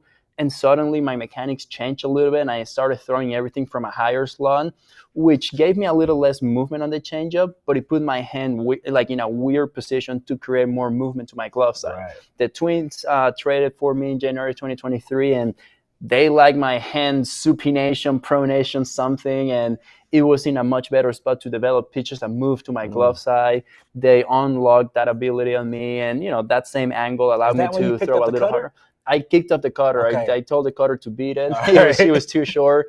No more cutter. I wanted something that moved big, which more movement. And up until then, I knew like I've always been missing a consistent breaking ball. And the Twins gave me that new pitch, the sweeper, and the league had a hard time adjusting because it wasn't on reports. Then the challenge was last year. Okay, now they've seen it, and they adjusted to it, and then like it's a never-ending game. I haven't changed my repertoire lately. It's just making sure that every movement is consistent, and now it's that never-ending cat and mouse game of trying to step one step ahead. Dos calvo personas, 2 bald guys on the same screen. You took the hat off. I love it. See, I did it for you so that you feel comfortable. Baldelli was talking I'm about comfortable. Baldelli was talking about needing you to go deeper into games, like by giving you those 87 pitches in spring training, and something that he wants you to do in the league. But I looked at your stats, and you're one of the best at going deep into games. Is that something that he's tasked with you? Did you not know that until Baldelli said something about that, or is this a conversation you guys have had?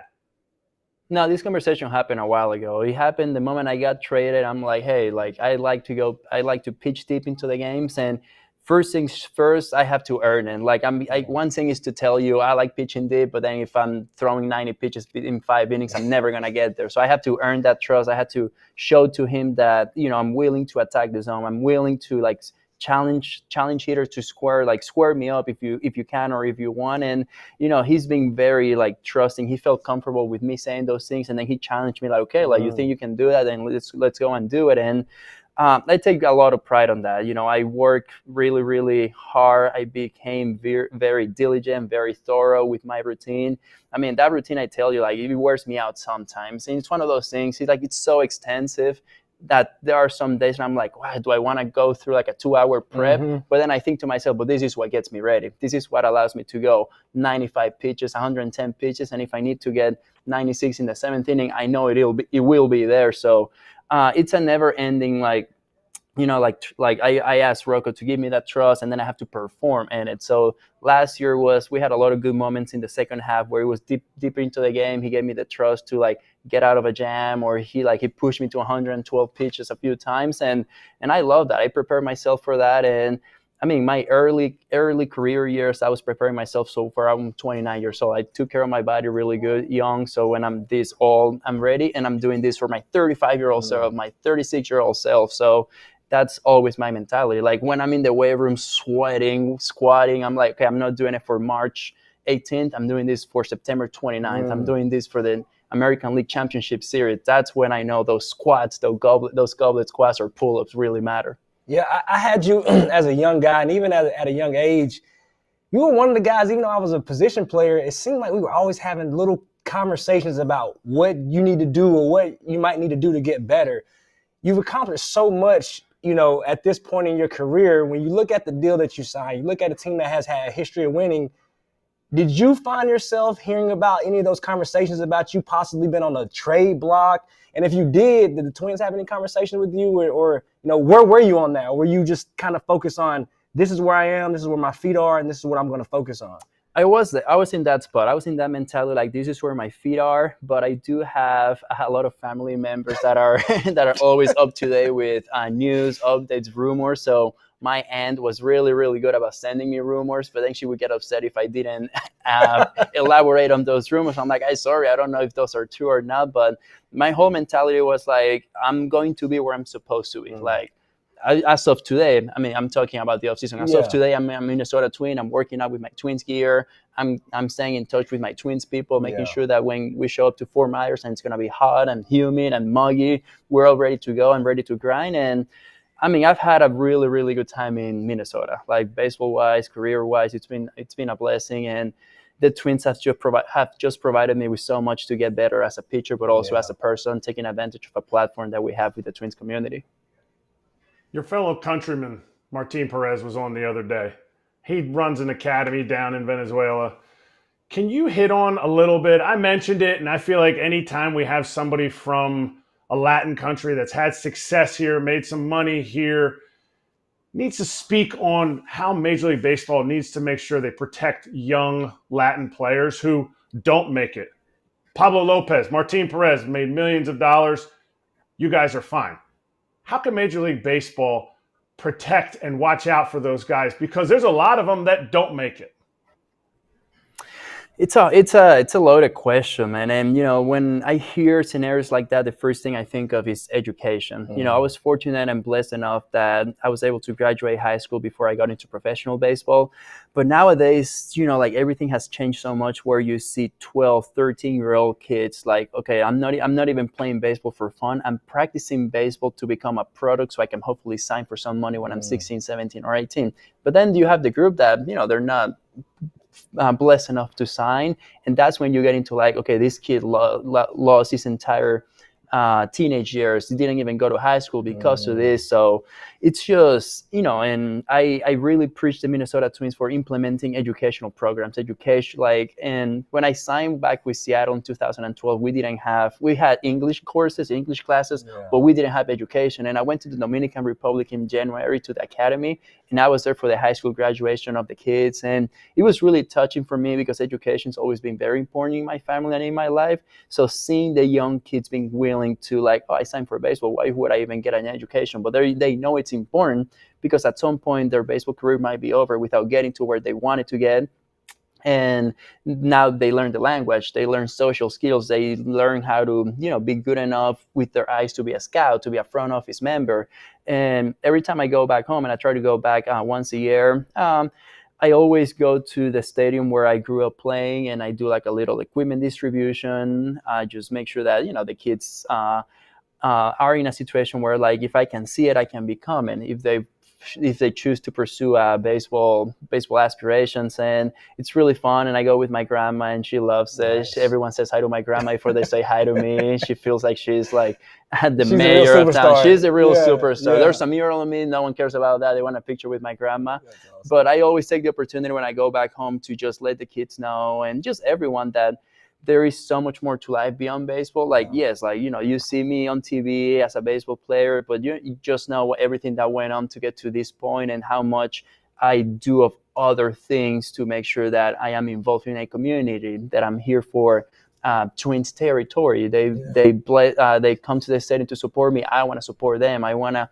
indulge myself in their community, and there's a lot more to life than what happens on the field. So I try to take advantage of all of that. Yeah. Lastly, before I let you go, you're epitome of what I love to say. There's no stat for character, right? We've got numbers for everything.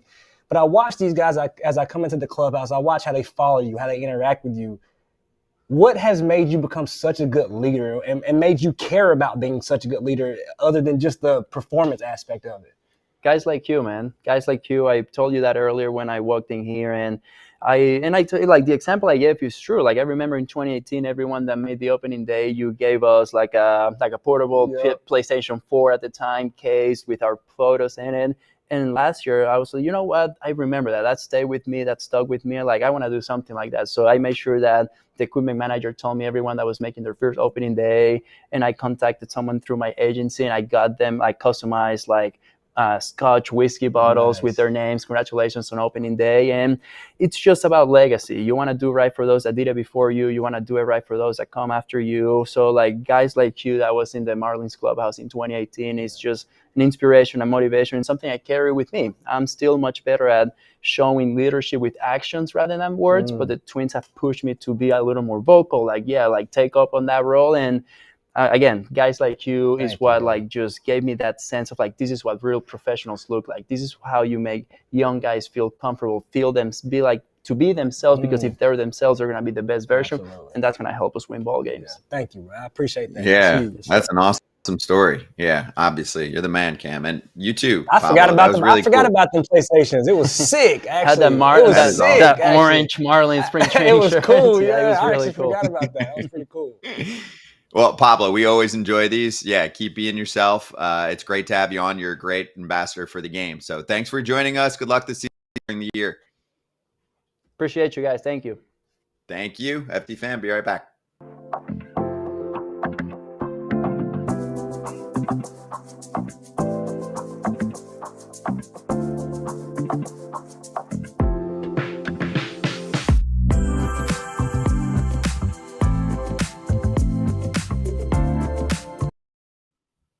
All right, so another injury suck that we'll get to. This one's weird. Max Scherzer, who obviously is late in his career, said that his thumb is causing issues for him after he hits the 50 pitch mark.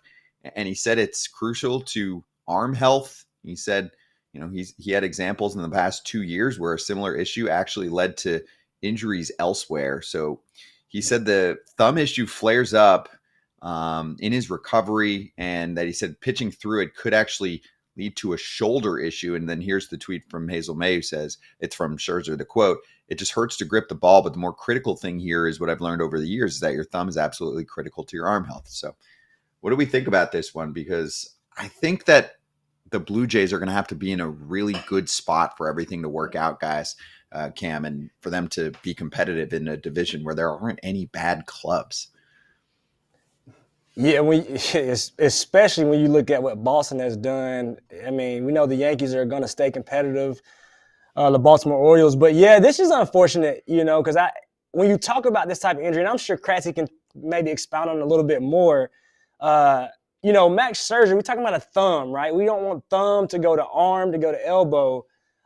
So I'm hoping this could be just, I don't know if it's a nerve issue. I don't know what it may be, but I'm hoping they can get it under control, because I do still think Max Scherzer has some good baseball left in him. I think he has some quality innings left in him that the Jays could definitely use and need. So, you never want to see guys banged up. We know Scherzer is a warrior. I think early on in his career, he had a lot of people questioning his mechanics and whether or not he would be able to hold up, and we're starting to see it kind of come into effect later on in his career. But you're right. This team can't afford, Scott, to lose many pieces when you're talking about the struggles that they've had playing the game on both sides, putting it together offensively, defensively, pitching. You can't afford to lose any guys that you brought in to be kind of a catalyst to help you get back to where you want to go, and that's one of the more dominant teams in that division. This seems like a repetition injury, and baseball players know about repetition injuries. You get a bruise right here from getting jammed. Now you hit there 600 times in a season. You hit there 100 times before each game. If this is a repetition injury on his thumb, guys use this. This is the rudder for some of your pitches. You're gonna slide it, and it's gonna hold a little bit more grip on a breaking ball. There's a lot of things with your thumb. You don't want to get into shoulder and elbow issues, so fix it first.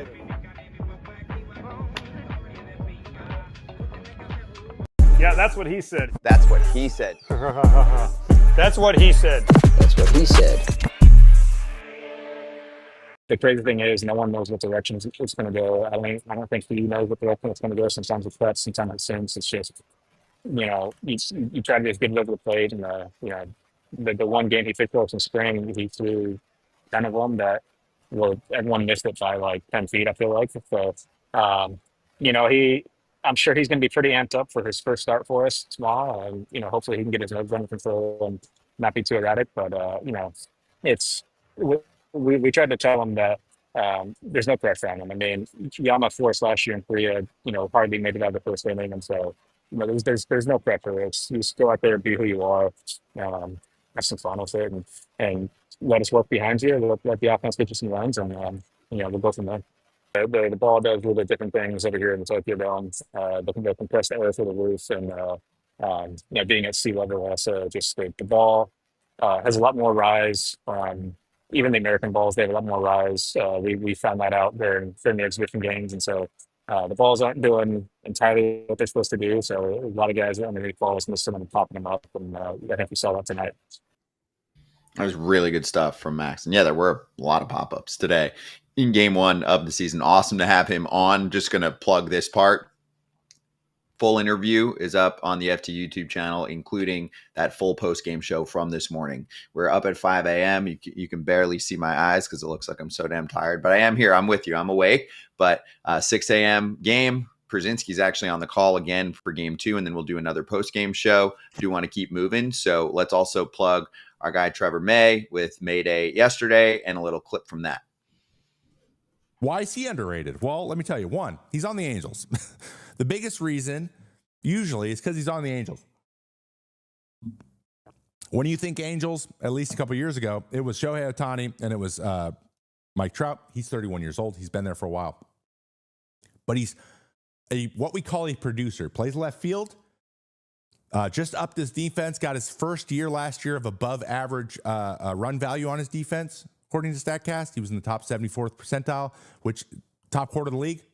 That's solid. He was always kind of average, sitting at about a 0, and he improved last year. That's a positive, especially at 30 years old. That's a big deal.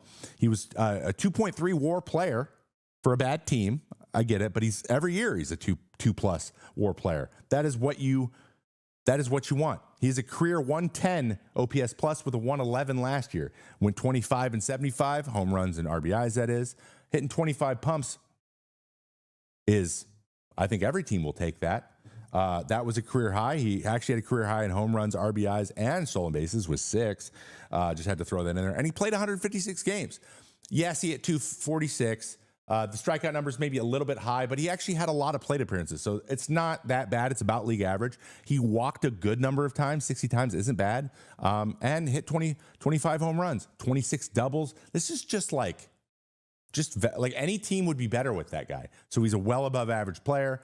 He is a good, solid hitter. He's a guy you have to worry about in that lineup, especially with no Mike Trout. So if they get Trout back, he is healthy. Taylor Ward is a guy to pay attention to, and he is constantly producing. Good stuff from Trevor. Every Monday, it's part of the FT Network. Check out the show, 4 o'clock Eastern time, Mondays on the FT YouTube channel, and then that flips over to Mayday's channel, Trevor May's channel, for the second hour. But good breakdowns there. Good one on Taylor Ward. All right, FT fam, we'll swing right back. We'll finish strong. Someone who's back for the first time in about a year. We'll go over Spencer Strider's ridiculous performance. I know it's spring training, but what a comeback.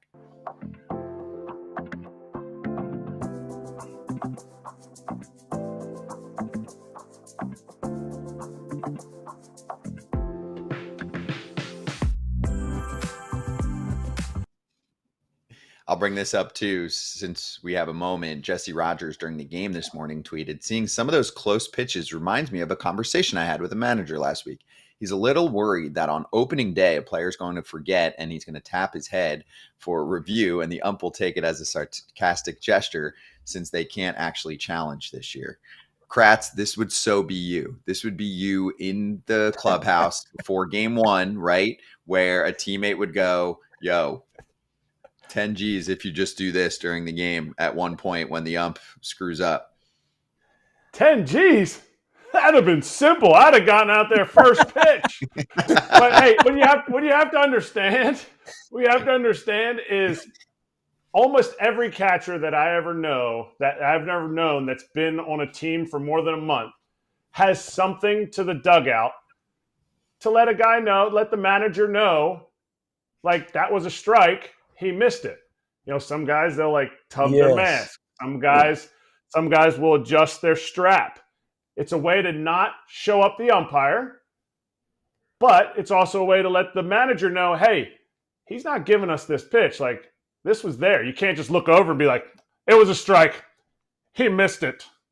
So yeah, I definitely $10,000, Scotty.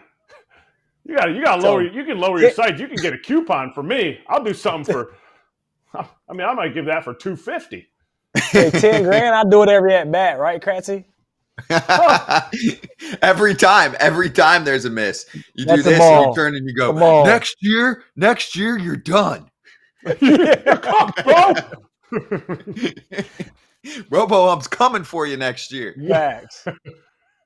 I hope someone gets tossed this year. Yeah, I had the old Matt Ryan. I had a teammate that used to ask the umpire, can you throw me out for what I'm thinking? Of course I can't throw you out for what I'm thinking. Well, I think you're horrible. You didn't say it. That's right. What's the word you can't say? You. Can't say you. Well, then wait. You said you're horrible. Yeah, I would have been gone. Were only thinking but I already asked them, can you throw me out for what I'm thinking? That's what I was thinking. So technically, you said you can't throw me out, so it works. Right. So you just say, okay, so I can't be thrown out just for thinking that you're horrible. Got it. Okay, exactly. Good. All good. Exactly. This is settled for now. And again, next year. Anyway, we'll come back. Give us 20 seconds, and then we'll go over Spencer Strider yesterday.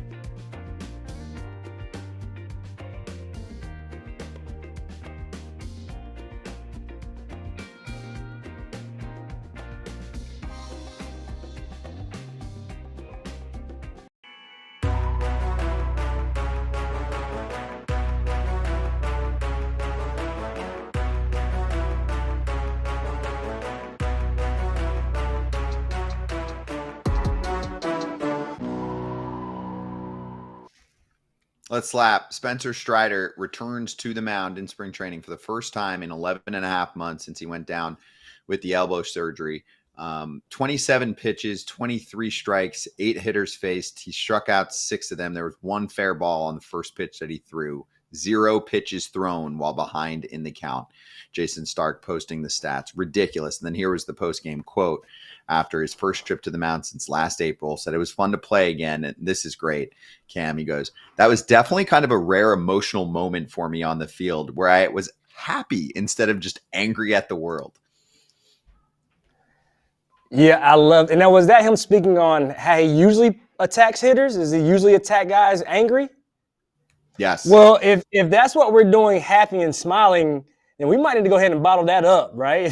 If you can get that type of production out of a happy Spencer Strider, let's go out there a little bit more happy, right? I guess if you need to pull that chip out or need to get angry, you know you still have it. But we're talking about a guy who's the fastest to 200 strikeouts in the season. I think he's broken Braves records. I mean, he's incredible. So one thing we don't have to worry about is the swing and miss stuff not being there or him having to have some time to get back in action or get back to his old self. He's picked up right where he left off and continued to dominate hitters in this league. So we talk about a big acquisition for the Braves. This is a huge acquisition to get Spencer Strider back in that rotation. Was Strider facing the day rate guys that the Miami Marlins were picking up to play in games? Like, that's what he made it look like. Sometimes when dudes rehab and like they don't even go to the minor leagues in rehab, I'm always so impressed. I'm like, oh, Cameron Maybin, he's rehabbing against the Cardinals here. Like, some dudes go down and rehab against, the Toledo Mud Hens or the Scranton Rail Riders. No, some dudes, they just make big leaguers look like minor leaguers. That's crazy. There were real players in the lineup yesterday for the Red Sox. I know they were on the road taking on the Braves, but David Hamilton, big league player. Vaughn Grissom, obviously trying to get himself back, big league player. Narvaez, Marcelo Meyer, soon to be a big league player. So there were a few guys in there that did not have fun days. Right. Spencer Strider, yeah. Braves fans were like, okay, can we get that back for the regular season ASAP? They're not going to have him, obviously, starting out the year, but the timelines do feel like they keep creeping to closer than anticipated. Yeah, I know you want to be careful and not rush it, but it's the same thing with Acuna. I mean, they feel like he's going to be ready maybe, end of April. And so there's talks about early May versus mid-May to late May. So we'll see. And that could decide the division. So we'll see what happens. We're going to be at Braves camp, by the way. So the calendar for you on the way out, the Cam Maybin tour. He gets to stay in one place tonight, which is good news. The complexes are pretty close to each other, Twins and Red Sox, about 10 minutes down the road, something like that, depending on traffic. And then Thursday, finishing strong with Braves camp. Have you been to that new Braves camp? I think it's 3 years old? I have not, but I've heard good things, so I'm eager to see. I thought they would never leave Disney, but that started to turn into a little bit of a not the best situation. Yeah, it worked out well where they are now, and also where they are now used to be nothing, and now it's like they built a whole town around them of houses that all look the same. See you tomorrow. Oh, wow.